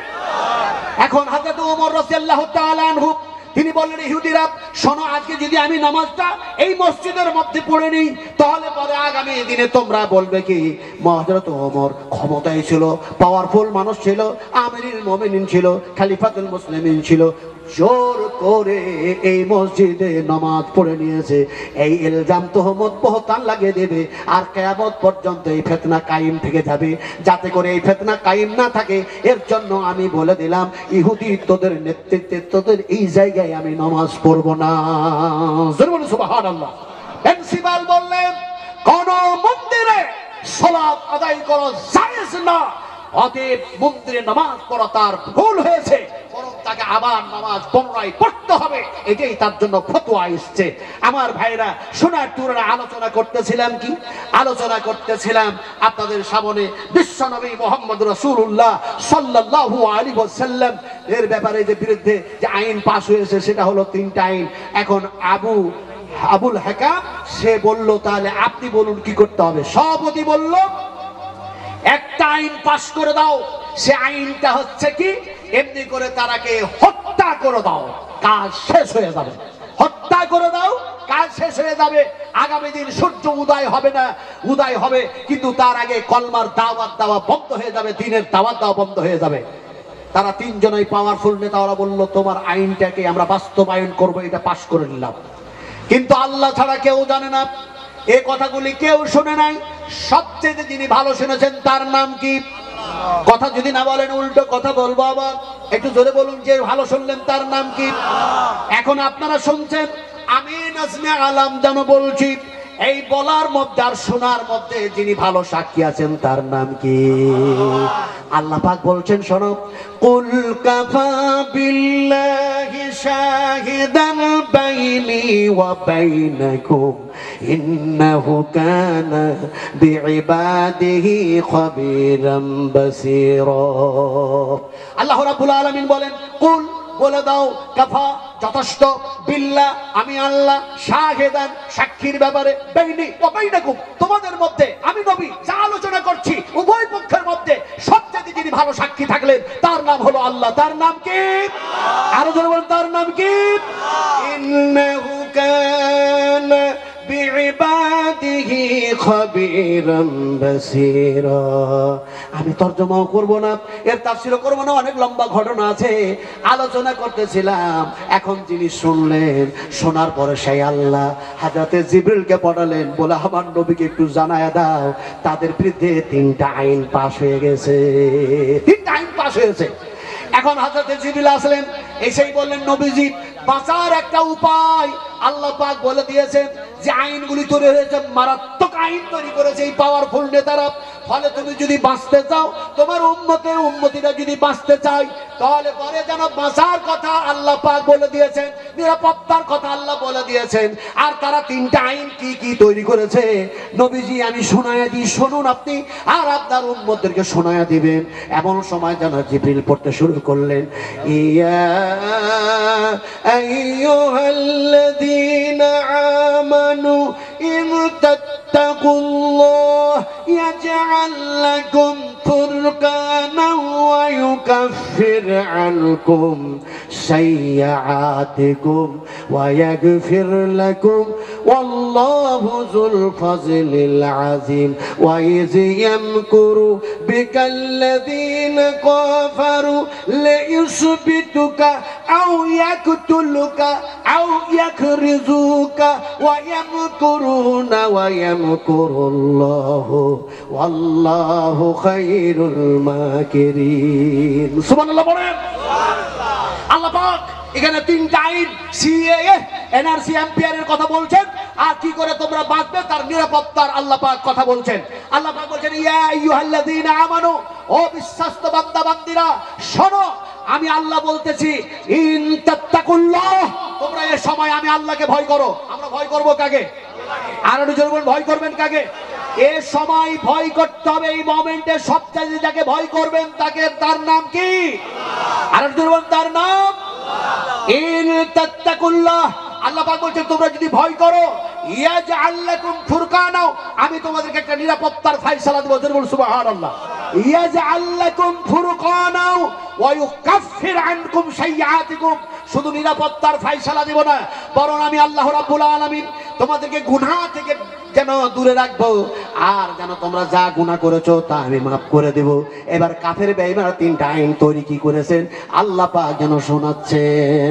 আল্লাহ পাক যেন বলছেন ওয়াইদ ইয়ামকুরু বিকাল্লাযিনা কাফারু লিয়ুসবিতুকা, কাফেররা বলেছে তোমাদেরকে বন্দী করবে।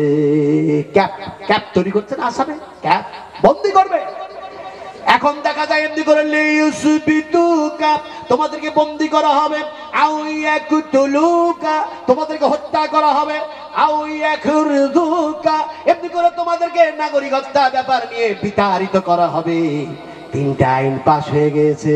আল্লাহ নবী মুহাম্মদুর রাসূলুল্লাহ সাল্লাল্লাহু আলাইহি সাল্লাম জানতে পারলেন, আর সাহাবা কিরামদের সামনে তিনি বলতে শুরু করলেন, দেখো এই আইন পাশ হয়েছে, ফলে আল্লাহ পাক যেন বলেন আমাকে ভয় করো, তাহলে আল্লাহ পাক যেন নিরাপত্তার ফয়সালা দেবে। আল্লাহ সেই ওয়াদা করেছেন, ফলে আমি মুহাম্মদুর রাসূলুল্লাহ সাল্লাল্লাহু আলাইহি সাল্লাম তোমাদের শুনি আমরা ভয় করব, আইন মানব আল্লাহর। বলুন আল্লাহ। এখন দেখা যায় এমনি করে আল্লাহ পাক শোনাচ্ছেন, বলে শুধু তারা আইন তৈরি করছে না, এই ব্যতিক্রম আইন তৈরি করেছে বলে, এই অন্যায় আইন তৈরি করেছে বলে, আমার বৃদ্ধ আইন তৈরি করেছে, আমার নবীর বৃদ্ধ আইন তৈরি করেছে বলে আমি করুণা দিয়ে এটাকে শেষ করবো। নারায়ে তাকবীর। করুণা দিয়ে শেষ করবো। আল্লাহ বলছেন আমি করুণা দিয়ে শেষ করবো। এই করুণা স্টোরি আছে নাই? দেখ কি বলতে বলেছে সরকার, মাস্ক ব্যবহার করো, হ্যাঁ মাস্ক পরো। আচ্ছা বলুন তো, এই সরকার অপদার্থ সরকারেরা মাস্ক পরতে বলে কি? নবী সাহেব বলেছেন মাস্ক পরো, জোরে সুবহানাল্লাহ। নবী সাহেব বললেন, নবী মুহাম্মদ সাল্লাল্লাহু আলাইহি ওয়াসাল্লাম বললেন মাস্ক ব্যবহার করো, মাস্ক পরো, মাস্ক পরো। কেন পরবা শোনো, আমি নবী বলে দিই, জোরে সুবহানাল্লাহ। এরা তো বলছে করোনা থেকে বাঁচার জন্য পড়ো, আর নবী বলছেন কেন পড়বে শোনো আমি বলি। আল্লাহ নবী বলছেন এমনি করে এমন একটা কীট, এমন একটা জীবাণু আছে, যে জীবাণুটা নাক আর মুখ দিয়ে ঢুকে যাবে, চলে যাবে।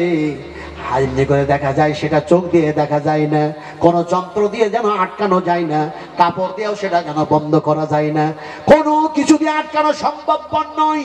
ফলে মুহাম্মদ সাল্লাল্লাহু আলাইহি সাল্লাম বললেন সেইটা থেকে বাঁচার জন্য, রোকার জন্য তোমরা ব্যবহার করো, মাস্ক ব্যবহার করো। তার মানে তোমাদের যখন হাই উঠবে, মুখ ফাঁক হবে, নাক দিয়ে শ্বাস প্রশ্বাস নেবে, এমনি করে অক্সিজেন নেবে, সেই সময় তোমাদের হাই ওঠার সময় তোমরা এমনি করে মাস্ক ব্যবহার করো। তার মানে বাম হাতটা লাগায় দাও, জোরে বলুন সুবহানাল্লাহ। এখন এই বাম হাতটা লাগালে নাক আর মুখ বন্ধ হয়ে যায়, নাক আর মুখ বন্ধ হয়ে যায়। রাসূল আকরাম সাল্লাল্লাহু আলাইহি ওয়াসাল্লাম বলছেন এইভাবে হাতটা লাগাও, নাক আর মুখ বন্ধ হয়ে গেল। যে কীটটাকে দেখা যায় না তার নাম হলো আযাজিল শয়তান, তোমার শরীরের মধ্যে সে প্রবেশ করতে পারবে না। জোরে বলুন নারায়ে তাকবীর। এরা বলে আরো অনেক কিছু কথা বলে। আল্লাহ পাক বলছেন আমি করোনা দিয়ে শেষ করব। আল্লাহ যদি করোনা দেয় তা থেকে কেউ বাঁচাতে পারবে? একটু জোরে বলুন পারবে? করোনা দিলেন কেন? আল্লাহ বলছেন যদি তুই থালি তালি না বাজাতিস আমি করোনা দিতাম না। কোরআনে আছে, শোনাবো? শুনবেন? শোনেন নাই? কখনো শোনেন নাই?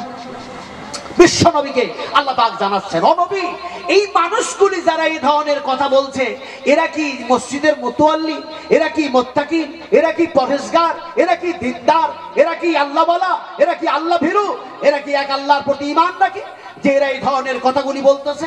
আল্লাহ রাব্বুল আলামিন বলেন এমনি করে দেখা যায় ওয়ামা কানু আউলিয়াহু ইন আউলিয়াহু ইল্লাল মুত্তাকুনা ওয়ালাকিন্না আকসারহুম লা ইয়ালামুন। আল্লাহ পাক বলেন এরা তো মুতাওয়াল্লি নয় এবং এরা মুমিনও নয়, মুত্তাকিনও নয়। আকসার লোক, অধিকাংশ মানুষেরা এই ব্যাপারে ইলম রাখে না, জ্ঞান রাখে না, অথচ তারা বলে তালি বাজাও করোনার সঙ্গে মোকাবেলা যদি করতে হয়। এখন তালি বাজাবে কেমন করে? তালি বাজায়া দিল। বিশ্বনবী মুহাম্মদ সাল্লাল্লাহু আলাইহি সাল্লামকে আল্লাহ পাক ইনফরমেশন করছেন, অবগত করছেন, জানিয়ে দিচ্ছেন শোনো এরা যদি তালি না বাজাতো আমি যেন সেই আযাবটা দিতাম না। কোন জায়গায় বলছেন? আল্লাহ পাক বলছেন ওমা কানা সালাতুহুম ইনদাল বাইতে ওয়ালা তাসদিয়াতান আফাযুকুল আযাবা বিমা কুনতুম তাকফুরুন। তাসদিয়াতান মানে তোমরা তালি কেন বাজাও? তালি বাজায়ও না, থালি বাজায়ও না। এই বাজালে যখন কুফরি যখন করলে, আযাব আসার পরেও যখন আমি এক আল্লাহর প্রতি বিশ্বাস স্থাপন করলে না, ফাযুকুল আযাবা বিমা কুনতুম তাকফুরুন, এই অস্বীকার করার কারণে আমি যেন তোমরাকে এই করোনা দিয়ে, এই আযাব দিয়ে গ্রেফতার করলাম। এই আযাব দিয়ে আমি যেন গ্রেফতার করলাম। আল্লাহর নবী মুহাম্মদ রাসূলুল্লাহ সাল্লাল্লাহু আলাইহি ওয়াসাল্লাম তিনি একদিন দেখা যায় সাহাবায়ে কেরামদের মধ্যে একজন সাহাবীকে বললেন, তার নাম হলো হযরতে বেলাল। বেলালকে বললেন, বেলাল আমি মুহাম্মদ সাল্লাল্লাহু আলাইহি ওয়াসাল্লাম চললাম একটি ফয়সালায়, আমি যদি না আসতে পারি আর যদি নামাজের ওয়াক্ত হয়ে যায়, সালাতের ওয়াক্ত হয়ে যায়, বেলাল রে তুমি আযান দিয়ে দিও। যদি বলি সুবহানাল্লাহ। আর তারপরেও যদি আমার আসতে দেরি হয়ে যায়, তাহলে আমার আবু বকর সিদ্দিককে বলে দিও ইমামতি করার জন্য দায়িত্ব দিয়ে গেলাম, সে যেন নামাজ পড়াবে। সুবহানাল্লাহ, সুবহানাল্লাহ। আচ্ছা, নামাজের ওয়াক্ত হলে আযান দিতে হবে না? হবে না ভাই? হবে না? হবে না? মুয়াজ্জিন আযান দেয় না? দেয় না? দেয় না? মুয়াজ্জিন আযান দেয়,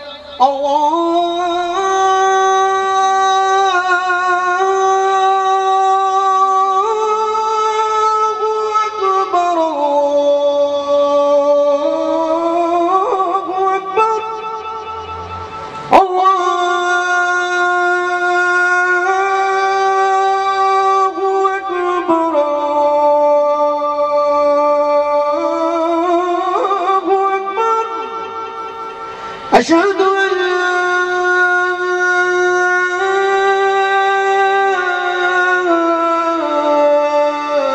إله إلا الله। আযান। হযরত বেলাল আযান দিলেন। বিশ্বনবী তখন উপস্থিত হন নাই। এমন সময় কাতার যেন সিধা হয়ে গেল, সাহাবায়ে কেরামরা যেন দাঁড়ায় গেলেন।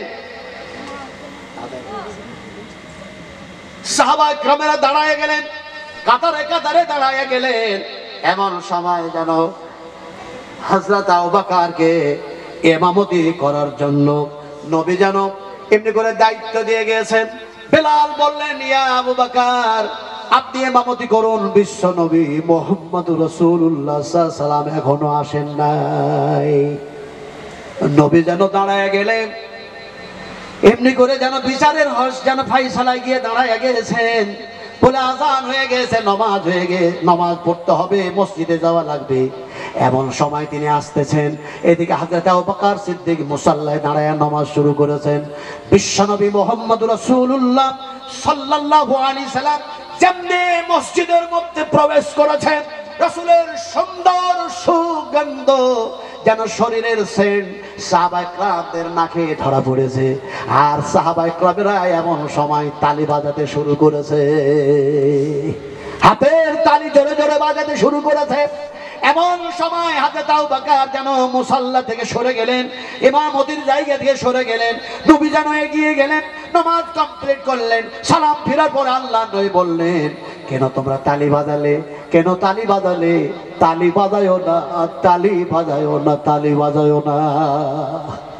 একদিকে কোরআনের আয়াত দিয়ে আল্লাহ পাক বলছেন, ওয়ালা তাসদিয়াতান ফাযুকুল আযাবা বিমা কুনতুম তাকফুরুন, তালি বাজার কারণে আমি করুণা দিলাম। আর এদিকে মুহাম্মদ সাল্লাল্লাহু আলাইহি ওয়াসাল্লাম বলছেন, তালি বাজায়ও না, তালি বাজায়ও না। ইমামের যদি কোন রকমের লোকমা দেওয়ার প্রয়োজন পড়ে, তাহলে সুবহানাল্লাহ বলো। জোরে বলো সুবহানাল্লাহ, আরো জোরে বলো সুবহানাল্লাহ।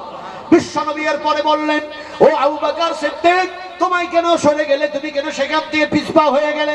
ইমামতির জায়গা কেন ছেড়ে দিলে? হযরত জনাবী আবু বকর সিদ্দিক বললেন, ইয়া রাসূলুল্লাহ হে, আপনাকে সম্মান, আপনার মর্যাদা, আপনার ইহতিরাম, আপনার ইজ্জত বরকরার রাখার জন্য আমি আবু বকর সিদ্দিক যেন সরে গেলাম। আল্লাহ নবী বলছেন, আবু বকর তুমি যদি আমাকে সম্মান দেওয়ার জন্য সরে গিয়েছো তাহলে আল্লাহ মুআখাযা করবে না, পাকড়াও করবে না। আর তুমি যদি আমার হুকুম উল্লঙ্ঘন করেছো আল্লাহ পাক কিয়ামতের মাঠে ছেড়ে দেবে না। জোরে বলুন সুবহানাল্লাহ। আমরা সেই নবীর উম্মত। অনেক লজ বাকি থেকে গেল। ঈদগাহ উন্নতি কল্পে জালসা, একটি মানুষও কেউ উঠবেন না অতক্ষণ পর্যন্ত আমি মুসাফির যতক্ষণ পর্যন্ত শেষ দোয়াটা না করি, যে দোয়াটা আপনাদের জানা নাই।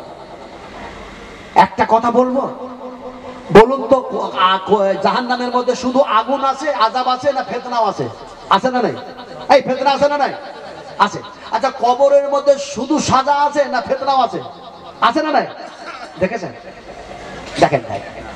এখন এমনি করে যদি আপনি ধনী মানুষ হন তাহলে পারে ধনী হলে ফিতনা আছে না নাই?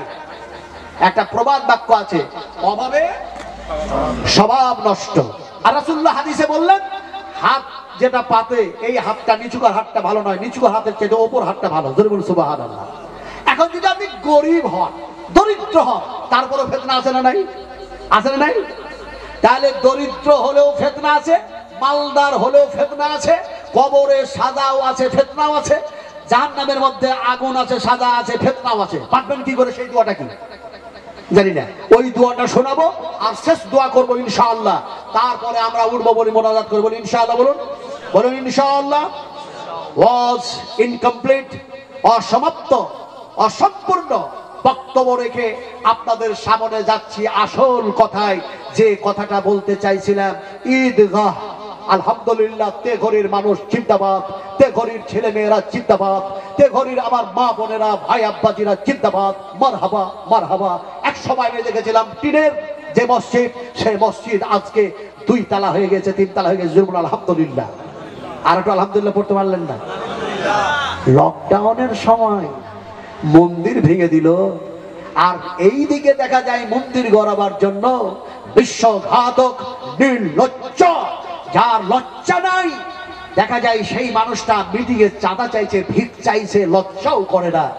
শোভিত অধিকারী, আমি সেদিন ছিলাম বিষ্ণুপুরে, সে মিটিংয়ে বলল যে আমাকে কেন্দ্র সরকার বলেছে রাম মন্দিরের জন্য কিছু চাঁদার দরকার, আপনারা 10টা করে টাকা দিয়ে যাবেন। সেখানে অগণিত মানুষ 10টা করে টাকা যদি দেয় অনেক লক্ষ লক্ষ টাকা আদায় হবে। তাদের দেখেছিলাম কিছু টুপিধারী মানুষ, কিছু যেন দাড়িওয়ালা মানুষ সেই মিটিংয়ে ছিল। আমি সেই বিষ্ণুপুরের বক্তব্যের সেই দিন আমি বলেছিলাম রাতের বেলায়, কোন মুসলমান যদি শুভেন্দু অধিকারী 10 টাকা একটা যদি পয়সা দাও, সেই পয়সা মন্দিরে লেগে যে পূজা পাঠ করে যা পাপ হবে, যা গুনাহ হবে, তারা যা গুনাহ সঞ্চয় করবে, তুমি চাঁদা দিয়ে ততটাই গুনাহগার হিসাবে চিহ্নিত হবে এবং তাদের দলে কিয়ামতের মাঠে উঠবে। রাসূলুল্লাহ বলেছেন। সুবহানাল্লাহ। আর সুবহানাল্লাহ। কথা বলতেছিলাম, আপনারা যেমনি করে 3 তালা মসজিদ বানিয়েছেন, এর জন্য একটু আলহামদুলিল্লাহ। আলহামদুলিল্লাহ। আপনাদের ঈমানি সিসমাত, এটা হচ্ছে ঈমানি স্পিরিট, এটা হচ্ছে আপনাদের মেহনত, এটা হচ্ছে আপনাদের মুশাক্কাত, এটা হচ্ছে আপনাদের যেন চেষ্টা, এটা হচ্ছে আপনাদের প্রচেষ্টা। আমার মা বোনেরা, আমার ভাই ও বাবাজিরা, সোনার টুকরারা আল্লাহর ইবাদত গাহ বানিয়েছেন, 3 তালা বানিয়েছেন। এখন দেখা যায় এই গ্রামের বহু মানুষ মারা গেছে, আল্লাহ পাক তারাকে জান্নাত নসিব করে দেন। জোরে বলুন আমিন। আরেকজন বলবেন আল্লাহুম্মা আমিন। তাদের কবরটাকে আল্লাহ পাক নূরে নূরান্বিত করে দেন। জোরে বলুন আমিন। আমি মুসাফির, আমি নাসবে আলাম, আপনাদের তেঘরিরই একজন, আমি একজন মানুষ। আমার ভাইরা, আমার ভাইরা, আমার বোনেরা, আমার সোনার টুকরা, অশিক্ষিত জ্ঞানী গুণী ব্যক্তিরা, আজকে এমন একখানা জায়গা আপনারা বানিয়েছেন, ঈদগাহ। এই ঈদগাহে যে আপনারা মাটি ভরেছেন, ঈদগাহের জায়গা দান করেছে যিনারা তিনারা আছেন, সেই ঈদগাহটাকে ঘেরার জন্য, ঈদগাহটাকে সুন্দর করার জন্য, যাতে আল্লাহ পাককে সুন্দরভাবে সিজদা করা যায় অনেকক্ষণ ধরে, যাতে অসুবিধা না হয়, কষ্ট না হয়, এর জন্য আমরা অনেকক্ষণ সিজদায় মাথা রাখবো আর তাসবিহ পড়বো। এই সুন্দর ঈদগাহ বানার জন্য, এখানে যারা আছেন মন্দির বানাবার জন্য নয়, ঈদগাহ বানার জন্য। এমন কেউ একটা মানুষ বলতে পারবেন যে আমি 50,000 টাকা দেব, 1 লক্ষ টাকা দেব? এরকম মানুষ নাই? তেঘরিতে আছে না নাই? এই আছে না? কেউ বলে না, কেউ বলে না। 50,000 টাকা দেওয়ার মতো লোক আছে না? নাই, আছে। 20,000 টাকা দেওয়ার মতো লোক আছে, 30,000 টাকা 10,000 টাকা দেওয়ার মতো লোক আছে। আমি যদি তাদের নাম ধরে ধরে বলি হয়তো দুঃখ পাবে, কিন্তু দুঃখ পাওয়ার কোনো কিছু কারণ নাই। ঈদগাহ আমাদেরকে বানাতে হবে, আমরা কোন হিন্দুর টাকা নিয়ে ঈদগাহ বানাবো না, বলি ইনশাআল্লাহ। আর ধরে ইনশাআল্লাহ হবে না? হবে না? ইনশাআল্লাহ ধরে হবে না? হবে না? বলি ইনশাআল্লাহ। তাহলে পরে আমি একটা মানুষ দেখতে চাই, নিয়ত করলেন, আয় আল্লাহ আপনাকে দেখি নাই, আপনার নবীকে দেখি নাই, জাহান্নাম দেখি নাই, জান্নাত দেখি নাই, নবীর হাতের পানি পান করে যাতে জান্নাতে যেতে পারি, সেই আশায় যেন আমি 50,000 টাকা দিচ্ছি, এরকম একজন ব্যক্তি কি হবে না? তার জন্য আমি বাইতুল হারামে দোয়া করবো ইনশাআল্লাহ, কাবা শরীফে গিয়ে দোয়া করবো। আমি টাকা জমা করে দিয়েছি, আমার পাসবুকটা, এই পাসপোর্টটা, সেটা যেন দেখা যায় এসপির কাছে সেখানে জমা আছে। আলহামদুলিল্লাহ, যাওয়ার নিয়ত করে নিয়েছি, টাকাও জমা করে দিয়েছি। বুঝতে পেরেছেন কিনা? ইনশাআল্লাহ উমরা হজে যাচ্ছি। ফলে কথাটা বলতেছিলাম, বাইতুল হারামে তার জন্য দোয়া করব, যিনি বলবেন আমি 50,000 টাকা আল্লাহর ঘরে দিচ্ছি, ঈদগাহে দিচ্ছি। যিনি বলবেন 50,000 টাকা দিচ্ছি তার মায়ের জন্য, তার আব্বার জন্য, তার ছেলের জন্য, তার মেয়ের জন্য, তার আত্মীয় স্বজনের জন্য, তার রিলেটিভের জন্য, মৃত্যুদের জন্য, জীবিতদের জন্য, সকলের জন্য প্রাণ ধরে দোয়া করবো কাবা ঘরে ইনশাআল্লাহ। রাসূল কারীম সাল্লাল্লাহু আলাইহি ওয়াসাল্লাম বলেছেন, কাবা ঘরে যারা দোয়া করে সেই দোয়া আল্লাহর দরবারে কবুল হয়ে যায়, ক্যান্সেল হয় না। জোরে বলি সুবহানাল্লাহ। তো একটা মানুষ কি নাই? 50,000 টাকা দেওয়ার মানুষ আছে একটা, একজন মানুষ।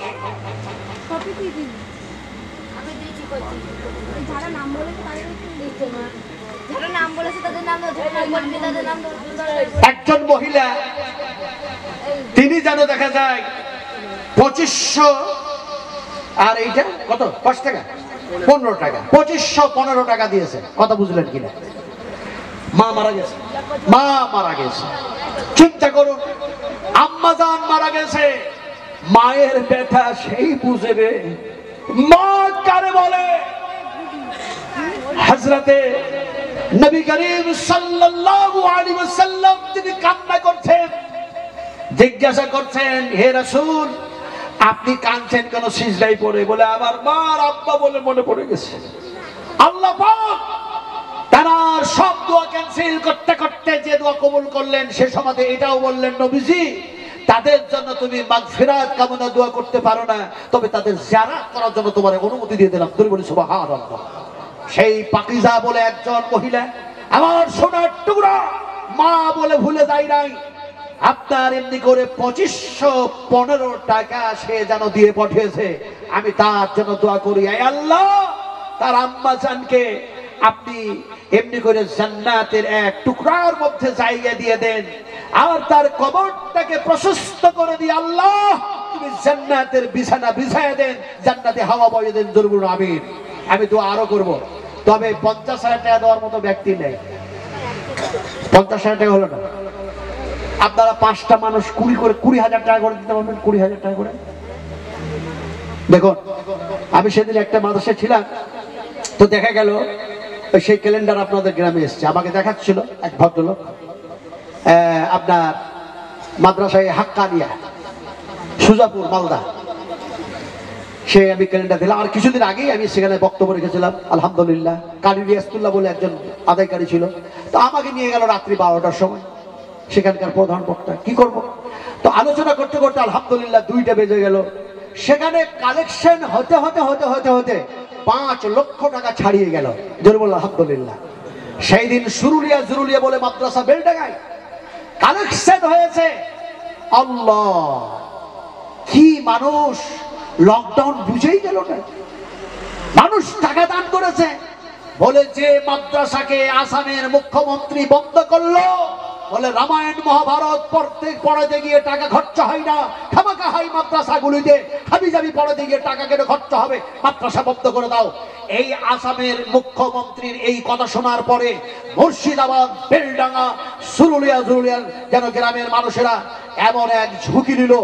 আল্লাহর কসম কে বলছি, টাকা 1 লাখ থেকে নয়, 3 লাখ টাকা থেকে শুরু হলো। এক একটা ব্যক্তি 3 লাখ, 2 লাখ, 1 লাখ, 5 লাখ করে দিতে 65 লাখ টাকা হ্যান্ড ক্যাশ টাকা আদায় হলো। জোরে নারায়ে তাকবীর। কত টাকা বললাম? 65 লাখ। আর জমি জায়গা সবকিছু নিয়ে 1,25,০০০ টাকা কালেকশন হয়েছে। জোরে বলেন নারায়ে তাকবীর। আপনারা তেঘড়ির মানুষ, এখানে একটাও মারতে মুজাহিদ কেউ নেই যে বলবেন আমি আমার আব্বার জন্য, আমার মায়ের জন্য, এই আল্লাহ তোমার এই ঈদগাহ, তোমার এই সিজদাগাহকে বানাবার জন্য আমি 20,000 টাকা দিচ্ছি। রক্ত দিয়েছেন বিশ্ব নবী, রক্ত ঘামানো টাকা দিতে পারবেন না। আজকে যদি হাই সাহেব থাকতেন, আমাদের বাবর সাহেব, আমি বলতাম একটু দেখুন না হাই সাহেব, আলহামদুলিল্লাহ আমার কথা ফেলতে পারতেন না। বলে নাজমালা বহু কষ্ট করে এখানে এসছে।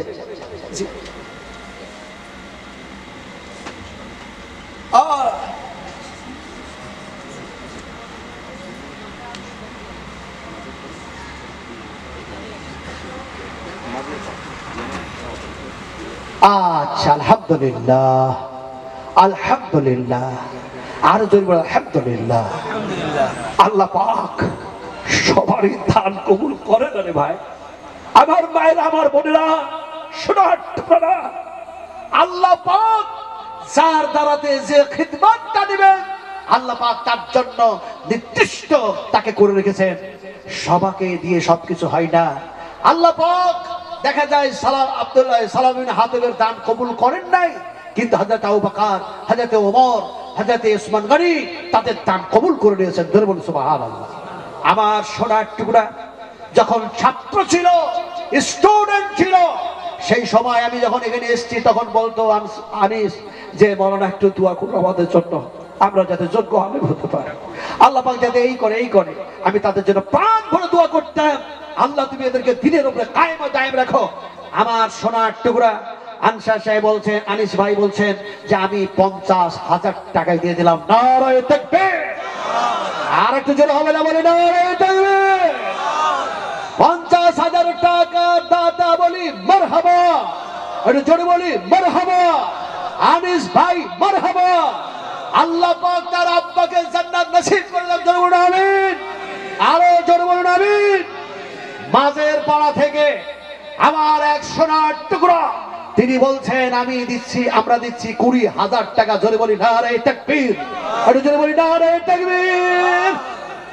তাহলে 20,000 টাকাও দিয়েছেন, 50,000 টাকাও দিয়েছেন, কিন্তু 20,000 টাকা চেয়েছি কয়টা? 5টা। হলো কয়টা? একটা।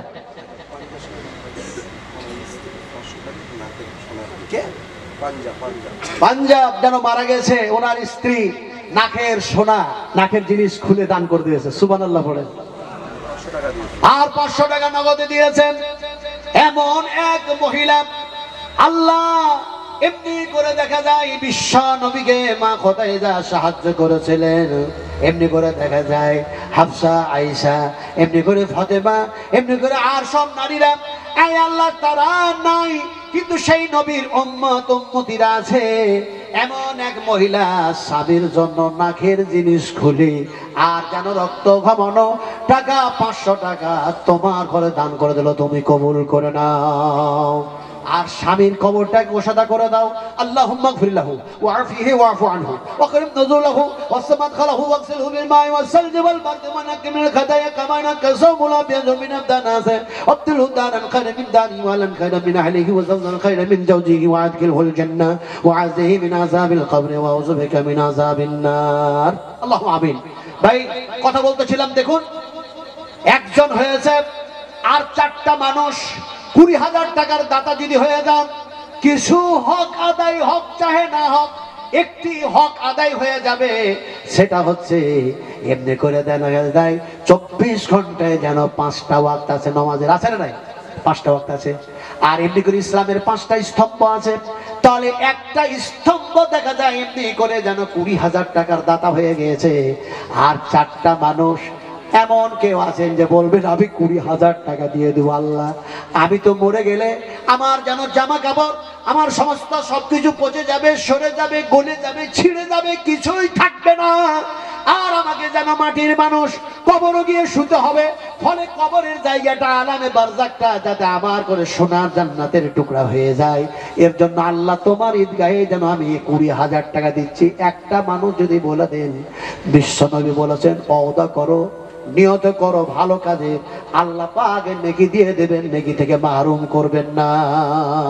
ভাই দেখি নেওয়ার জন্য, জাহান্নামের আগুন থেকে বাঁচার জন্য, কবরের আযাব থেকে বাঁচার জন্য একজন মানুষ মর্দে মুজাহিদ উঠে বলুন তো, এতগুলো মানুষের সামনে কোন ঈদগাহের কাজ চালু হবে, সেই সময় আমি দিয়ে দেবো 20,000 টাকা, কিংবা 1,000 করে, 2,000 করে, একসঙ্গে না পারলেও আপনি এমনি করে দিয়ে দিয়ে দিয়ে শোধ করে দিবেন। এরকম একজন ব্যক্তি বলি ভাই 20,000 টাকা, আর একটা মানুষ দেখি পারেন কিনা, ইনশাআল্লাহ দেখা যাক। আমি তাহলে সেই দোয়াটা শিখিয়ে দেবো আপনাদেরকে, যে দোয়াটা বিশ্বনবী আল্লাহ নারে তাকবীর, একটু জোরে বলি আল্লাহু আকবার। কি স্লোগান দিচ্ছেন, মনে হচ্ছে ঘুম এসছে, রোজা রেখেছিল সাহেব।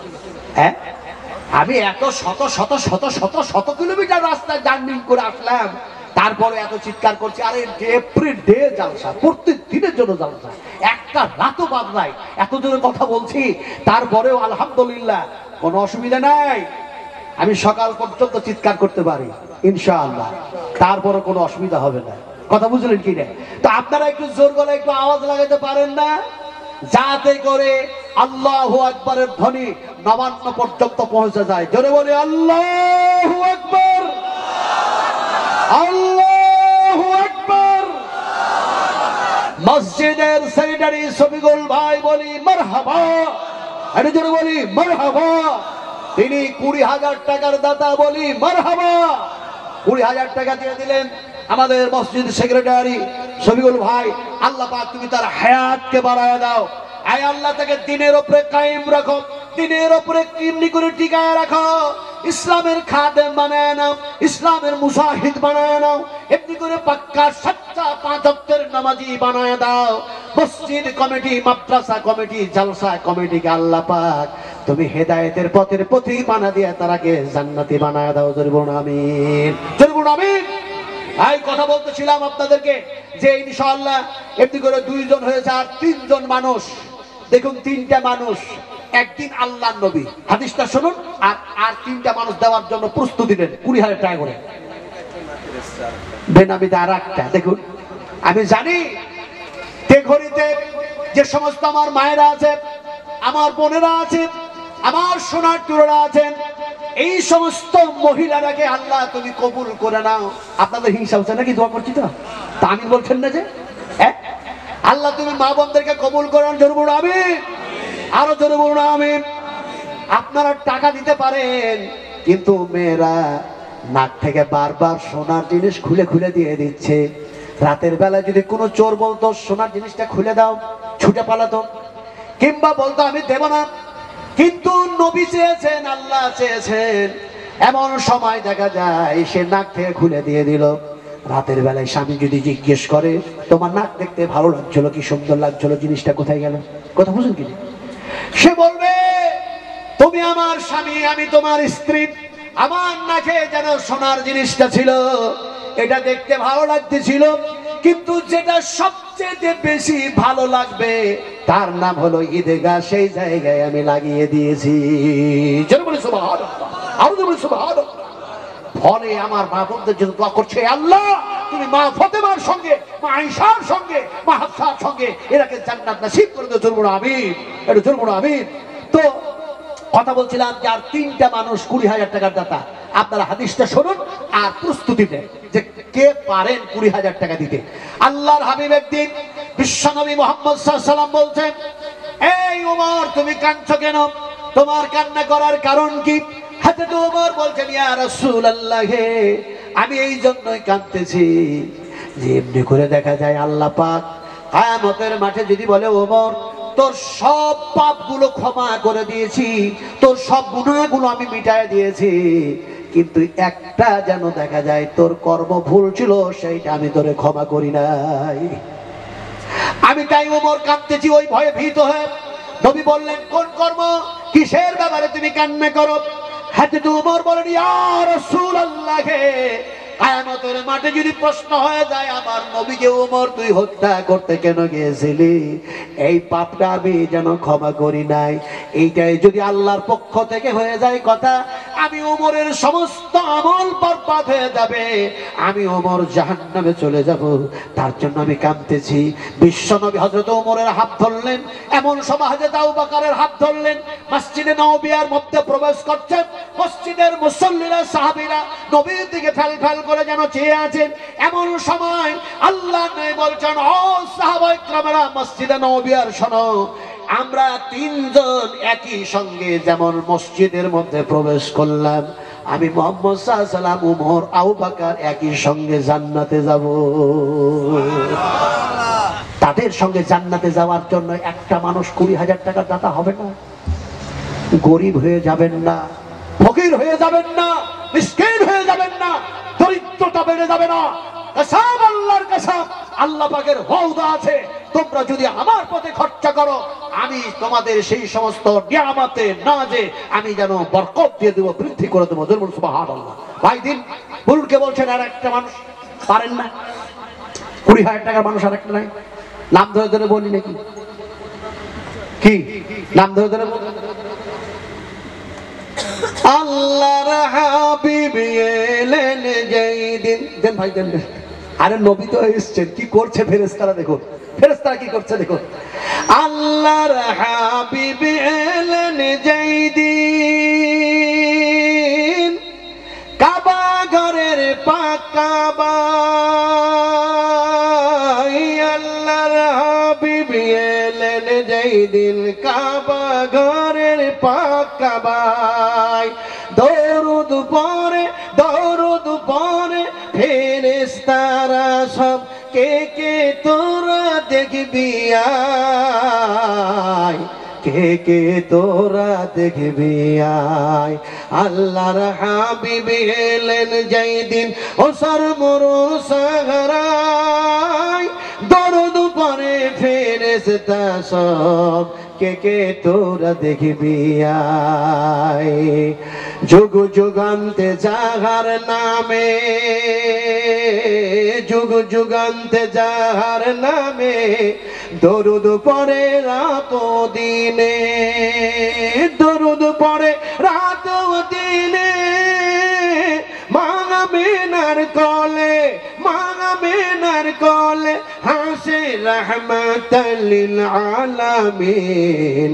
আল্লাহর হাবিব এলেন যেই দিন, আল্লাহর হাবিব এলেন যেই দিন, কাবা ঘরের পাকা বাই। দরুদ পড়ে ফেরেশতা সব, কে কে তোরা দেখবি আয়, কে কে তোরা দেখবি আয়। আকাশ মেসে সাগর বুকে, কি আনন্দিত তাদের মুখে, খুরমা খেজুর দলিয়া শাখা সালাদ দানাই নবীর পায়।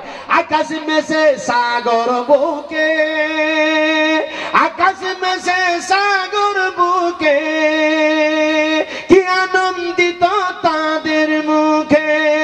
খুরমা খেজুর দলিয়া, খুরমা খেজুর দলিয়া শাখা নবীর জানাই এমনি, খুরমা খেজুর, খুরমা খেজুর দলিয়া সালাম জানাই নবীর পায়।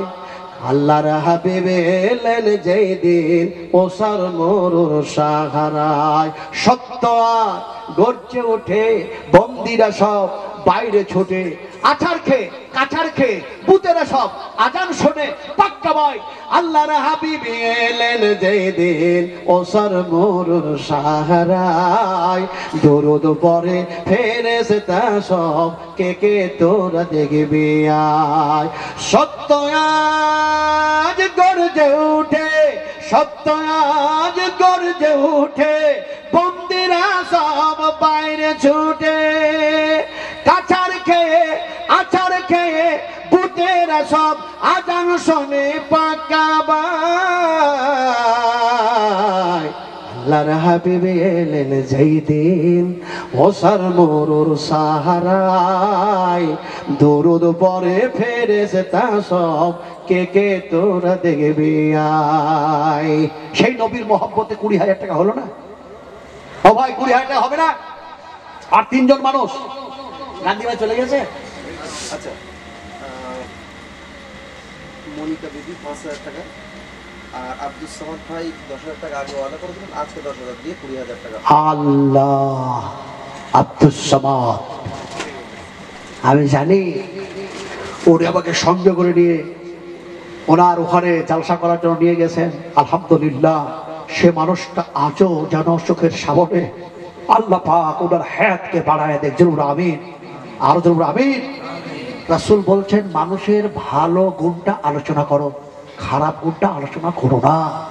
রাসূল নিষেধ করেছেন, মানুষের খারাপ গুণটা আলোচনা করো না, ভালোটা আলোচনা করো। মানুষের জন্য তুমি যদি ভালো দোয়া করো, তোমার জন্য ফেরেশতারা দোয়া করবে। জোরে বলি নারায়ে তাকবীর, আরো জোরে বলি নারায়ে তাকবীর। মনিকা বিবি তিনি যেন 5,000 টাকা দিচ্ছেন। জোরে বলি নারায়ে তাকবীর। আল্লাহ আল্লাহ, মহিলাদের মধ্যে এরকম মহিলা আছে যে 5,000 টাকা দিতে পারে, এটা আমি আগেও জানতাম। কারণ এই মেয়েরা হচ্ছে অত্যন্ত লাঘু মেয়ে। আমি জানি যে ঘরের মায়েরা, আমার বোনেরা, সোনার টুকরা রক্ত পর্যন্ত দিয়ে মসজিদ করবে, তারা ঈদগাহ করবে। এটা আমার স্বপ্ন নয়, এটা আমার আশা নয়, এটা হাকিকত বলছি, সত্য বলছি। প্রয়োজন হলে মেয়েরা সব কিছু বিসর্জন দিয়ে দিবে নবীর মহব্বতে। আমি তাই বলছিলাম যে এমনি করে দেখা যায় মনিকা আজান বিবি তিনি বলছেন, আমি 5,000 টাকা দিচ্ছি। আল্লাহ পাক তুমি তার দানকে সদরে গ্রহণ করে নাও। জোরে বলো আমিন, একটু জোরে হবে না আল্লাহুম্মা আমিন, আরো জোরে বলে আমিন। আমার আব্দুল সামাদ ভাই সোনার টুকরা তেঘরিয়া তিনি বলছেন 10,000 টাকা এখন, আর পূর্বেও নাকি এমনি করে পূর্বেও দিয়েছেন, দিয়ে 20,000 টাকা দিচ্ছেন। বলে নারায়ে তাকবীর। মনে হচ্ছে টাকা লাগছে আল্লাহু আকবার বলতে গিয়ে। একটু জোরে বলি নারায়ে তাকবীর, জোরে বলি আল্লাহু আকবার, আল্লাহু আকবার। জমশেদ আলী ভাই মোর কথা যেন ছিল, 5,000 টাকা যেন তোর রাখে দিল। এ বান্দা রোজে দাম তুমি কবুল করিও, অনায়াসে পুরুষের পার করে নিও। ডান হাতে দয়া করে আমল নামা দিও, হিসাবের সময় তো আমিন আল্লাহুম্মা আমিন আল্লাহুম্মা আমিন। জি, জামশেদ ভাইয়ের ছেলে মিজানুর রহমান মায়ের জন্য 1,000 টাকা দিল। আয় আল্লাহ, তুমি তার মাকে জান্নাতের টুকরা বানিয়ে দাও, কবরটাকে আলোয় আলোকিত করে দাও, নূরে নূরান্বিত করে দাও, জান্নাতি লেবাস পরিয়ে দাও, জান্নাতি বিছানা বিছিয়ে দাও, জান্নাতি হাওয়া বইয়ে দাও। আল্লাহুম্মা গফির খাতায়ে কাবীরানা, আল্লাহুম্মা গফির খাতায়ে সাগীরানা, আল্লাহুম্মা গফির খাতায়ে জাহিরানা, আল্লাহুম্মা গফির খাতায়ে বাতিনা। আয় আল্লাহ, যে উদ্দেশ্যে দান করলেন, আয় আল্লাহ তার উদ্দেশ্য পূর্ণ করে দাও। আর এমনি করে মৃত্যুদের কবর গলে তুমি এমনি করে যেন প্রশস্ত করে দাও। আয় আল্লাহ পাক, কাল কিয়ামতের মাঠে মাকে সঙ্গে করে নিয়ে এমনি করে যাদের নামে দান করলেন তাদেরকে সঙ্গে করে নিয়ে নবীর হাতের পানি পান করে যাতে করে জান্নাতে যেতে পারে, সেই তৌফিক তুমি দান করে দিও। জোরে বলো আমিন। ইমদাদুল মাস্টার, আমার মনে ইমদাদুল মাস্টার, ইমদাদুল মাস্টার, ওনার আব্বা মারা গিয়েছেন, তাকে 10,000 টাকা নগদ দান। কয় ইমদাদুল মাস্টার কয়? হ্যাঁ, পিছনে আছে। মাস্টার ভাই আছে এইখানে, বসেন এখানে বসেন। আচ্ছা ঠিক আছে। মাস্টার ভাই ইমদাদুল ভাই তিনি এমন এক মাইয়াদের নামে, হ্যাঁ, যে মারা গেছে ওনার, হ্যাঁ হালিম ভাই। আরে যে আমি গতবার যখন আসলাম আপনার ওই কি বলে জায়গাটা,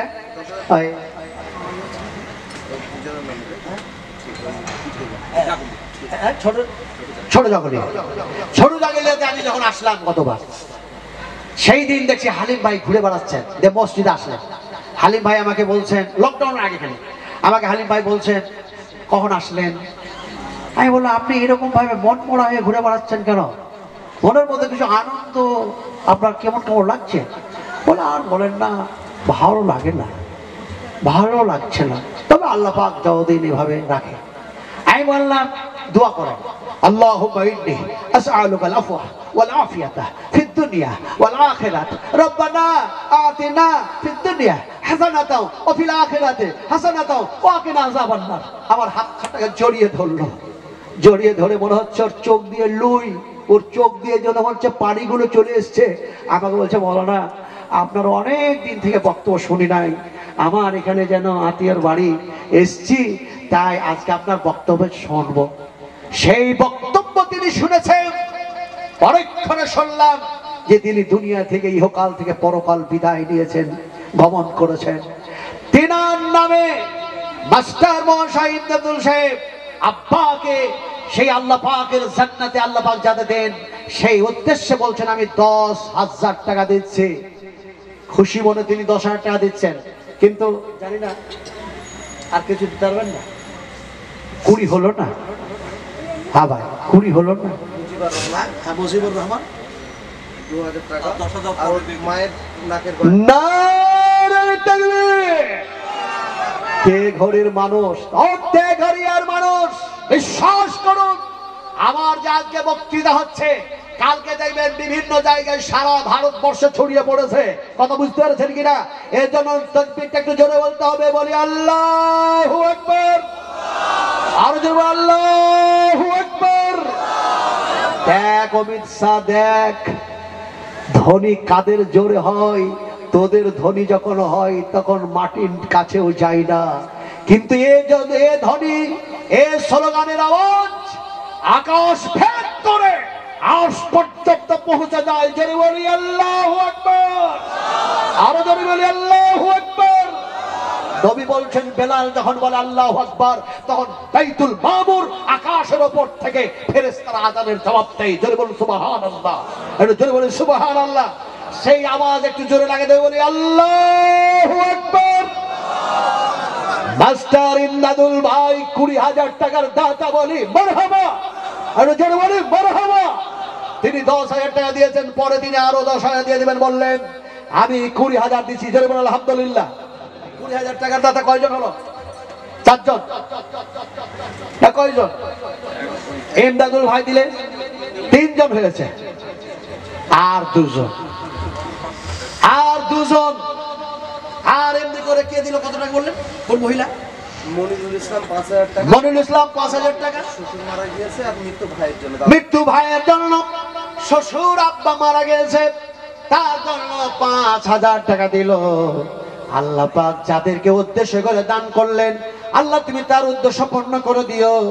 আর সেই মৃত্যুদের জীবনের ছোট বড় জানিত বা জানিত সাগিরা কাবিরা প্রকাশ্য গোপনীয় সব ধরনের গুনাহগুলি তুমি মার্জনা করে দাও। জোরে আমিন, জোরে আমিন। তনুজা বাপের নামে 1,000 টাকা। তনুজা বিবি যেন আড়ালেতে ছিল, 1,000 টাকা যেন পিতার নামে দিল। তনুজাকে খোদা তুমি রাখিও ভালো, পিতার যে গোর আজা মাফ করে দিবে, জীবনের গুনাহ খাদা মাফ করে নিও। ওগো খোদা দয়াময় করিম রব্বানা, বিপদের মাঝে তুমি কবুজে ফেলো না। ইজ্জত সম্মান তুমি বাড়াইয়া দিও, নমাজিও বান্দি তুমি বানাইয়া নিও। ওগো আল্লাহ দয়াময় দুয়া করি খাস, নেকি খাতে খোদা তুমি করে দিও। মুজিবুর রহমানের ভাবি, যারা বলি নারে তাকবীর।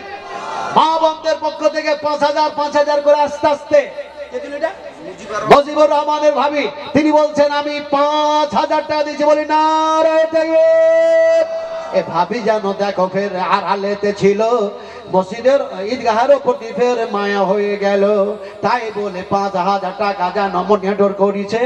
বাতিরোজে দানে তুমি খুশি হয়ে যাবে, ইমানে দে আমানে দে পাকা করে দিও, ডান হাতে দয়া করে আমল নামা দিও, হিসাবের সময় তুমি আসানো করিবে। এই দুয়া চাই খোদা তোমার রোজে কাছে, আল্লাহুম্মা আল্লাহ আমিন আমিন ও আমিন। এখানে তে যত আছি বলি আমিন, আল্লাহুম্মা আমিন সুম্মা আমিন। খোদার বাণী মাথায় লয়ে বলছে শোনা মুসলিম, খোদার বাণী মাথায় লয়ে বলছে শোনা মুসলিম, যতন করে রাখবে মনে হও যদি গো মুমিনুন। খোদার বাণী মাথায় লয়ে বলছি শোনো মুসলিমুন। ফিসকা ফজর জুলুম হতে যে বাঁচালো আপনাকে, ফিসকা ফজর জুলুম হতে যে বাঁচালো আপনাকে, তার ঠিকানা তার ঠিকানা তার ঠিকানা জান্নাতে ভাই ফাদখুলুহা খালিদুন। খোদার বাণী মাথায় লয়ে বলছি শোনো মুসলিম। পাশ হয়ে যায় সেই ঈদগাহ আপনারা বানাবার জন্য যাচ্ছেন, ফলে দুর্বল হয়ে বানানো হবে না। যাকে আল্লাহ পাক যেরকম ক্ষমতা দিয়েছে তাদের স্বার্থ মোতাবেক দান করতে হবে। যদি না করেন কিয়ামতের মাঠে যেন জবাবদাহি হতে হবে, জবাব দিতে হবে, হিসাব দিতে হবে। সুম্মা লাতুসআলুনা ইয়াওমাইযিন আনিন নাঈম। আল্লাহ পাক প্রতিটি নিয়ামতের যদি হিসাব নেন, আমরা হিসাব দিতে পারবো না। তার জন্য বলি, আর দুইজন আল্লাহর এমন কোনো বান্দা নাই। হ্যাঁ আল্লাহ, তোমার কাছে খাস করে দোয়া করি আল্লাহ, এই ঘড়ির মানুষগুলিকে, আমার ভাই ও বাবাজিদেরকে, মা বোনদেরকে তুমি দয়া করে, অনুগ্রহ করে, কৃপা করে আল্লাহ এমনি করে কবুল করে নাও। আর এমনি করে তোমার ঈদগাহ বানাবার জন্য এরা এগিয়ে এসেছে আল্লাহ পাক, তুমি এমনি করে জাহান্নামের আগুন থেকে এরাকে বাঁচায় নাও। ধরে বলুন আমিন। ফলে আর দুইটা মানুষ ইনশাআল্লাহ আমি প্রাণ ভরে দোয়া করব, প্রাণ ভরে দোয়া করব। যে সময় আল্লাহ আকাশে নেমে আসবেন, হাদিস শরীফের মধ্যে, বুখারী শরীফের মধ্যে এসেছে, আরশ থেকে যখন তিনি নিচু আকাশে নেমে আসেন, আর মানুষগুলি নিরিবিলি জায়গায় সেই গভীর রজনীতে যখন নামাজে সালাতে দাঁড়িয়ে তাহাজ্জুদের নামাজ পড়তে গিয়ে ডাকে, সেই সময় আল্লাহ পাক বলেন, আমাকে ডাক, ডাক, ডাক, আমাকে ডাক, তোদের ডাকে সাড়া দিব। তোরা আমার কাছে চা, তোদের অভাব মোচন করে দিব। তোরা আমার কাছে ক্ষমা চা, তোদের জীবনের গুনাহ মাফ করে দেব। সেই সময় ওই দুই ব্যক্তির জন্য আমি দোয়া করব ইনশাআল্লাহ তাহাজ্জুদের নামাজের পরে। কে বলবেন? 20,000 টাকার দাতা, আর মাত্র দুইজন। হাবিবুল্লাহ 5,000 টাকা। তারপরে জয়নাল আবেদিন 1200 টাকা। আব্দুল খালেক 1000, 1000। বেনামিতে 5,000 টাকা। নাজমুল মাঠবাড়ি থেকে 1000 টাকা। শহীদুল চাচা কত? স্ত্রী এবং মায়ের জন্য 500 টাকা। আলহামদুলিল্লাহ, জাযাকুমুল্লাহ খায়রান জাযা, বারাকাল্লাহু লাকা ফি আহলিকা ওয়া মালিকা, আল্লাহুম্মা ইগফির লাহু ওয়া আফিহি ওয়া আফু আনহু, আল্লাহুম্মা ইগফির লাহা।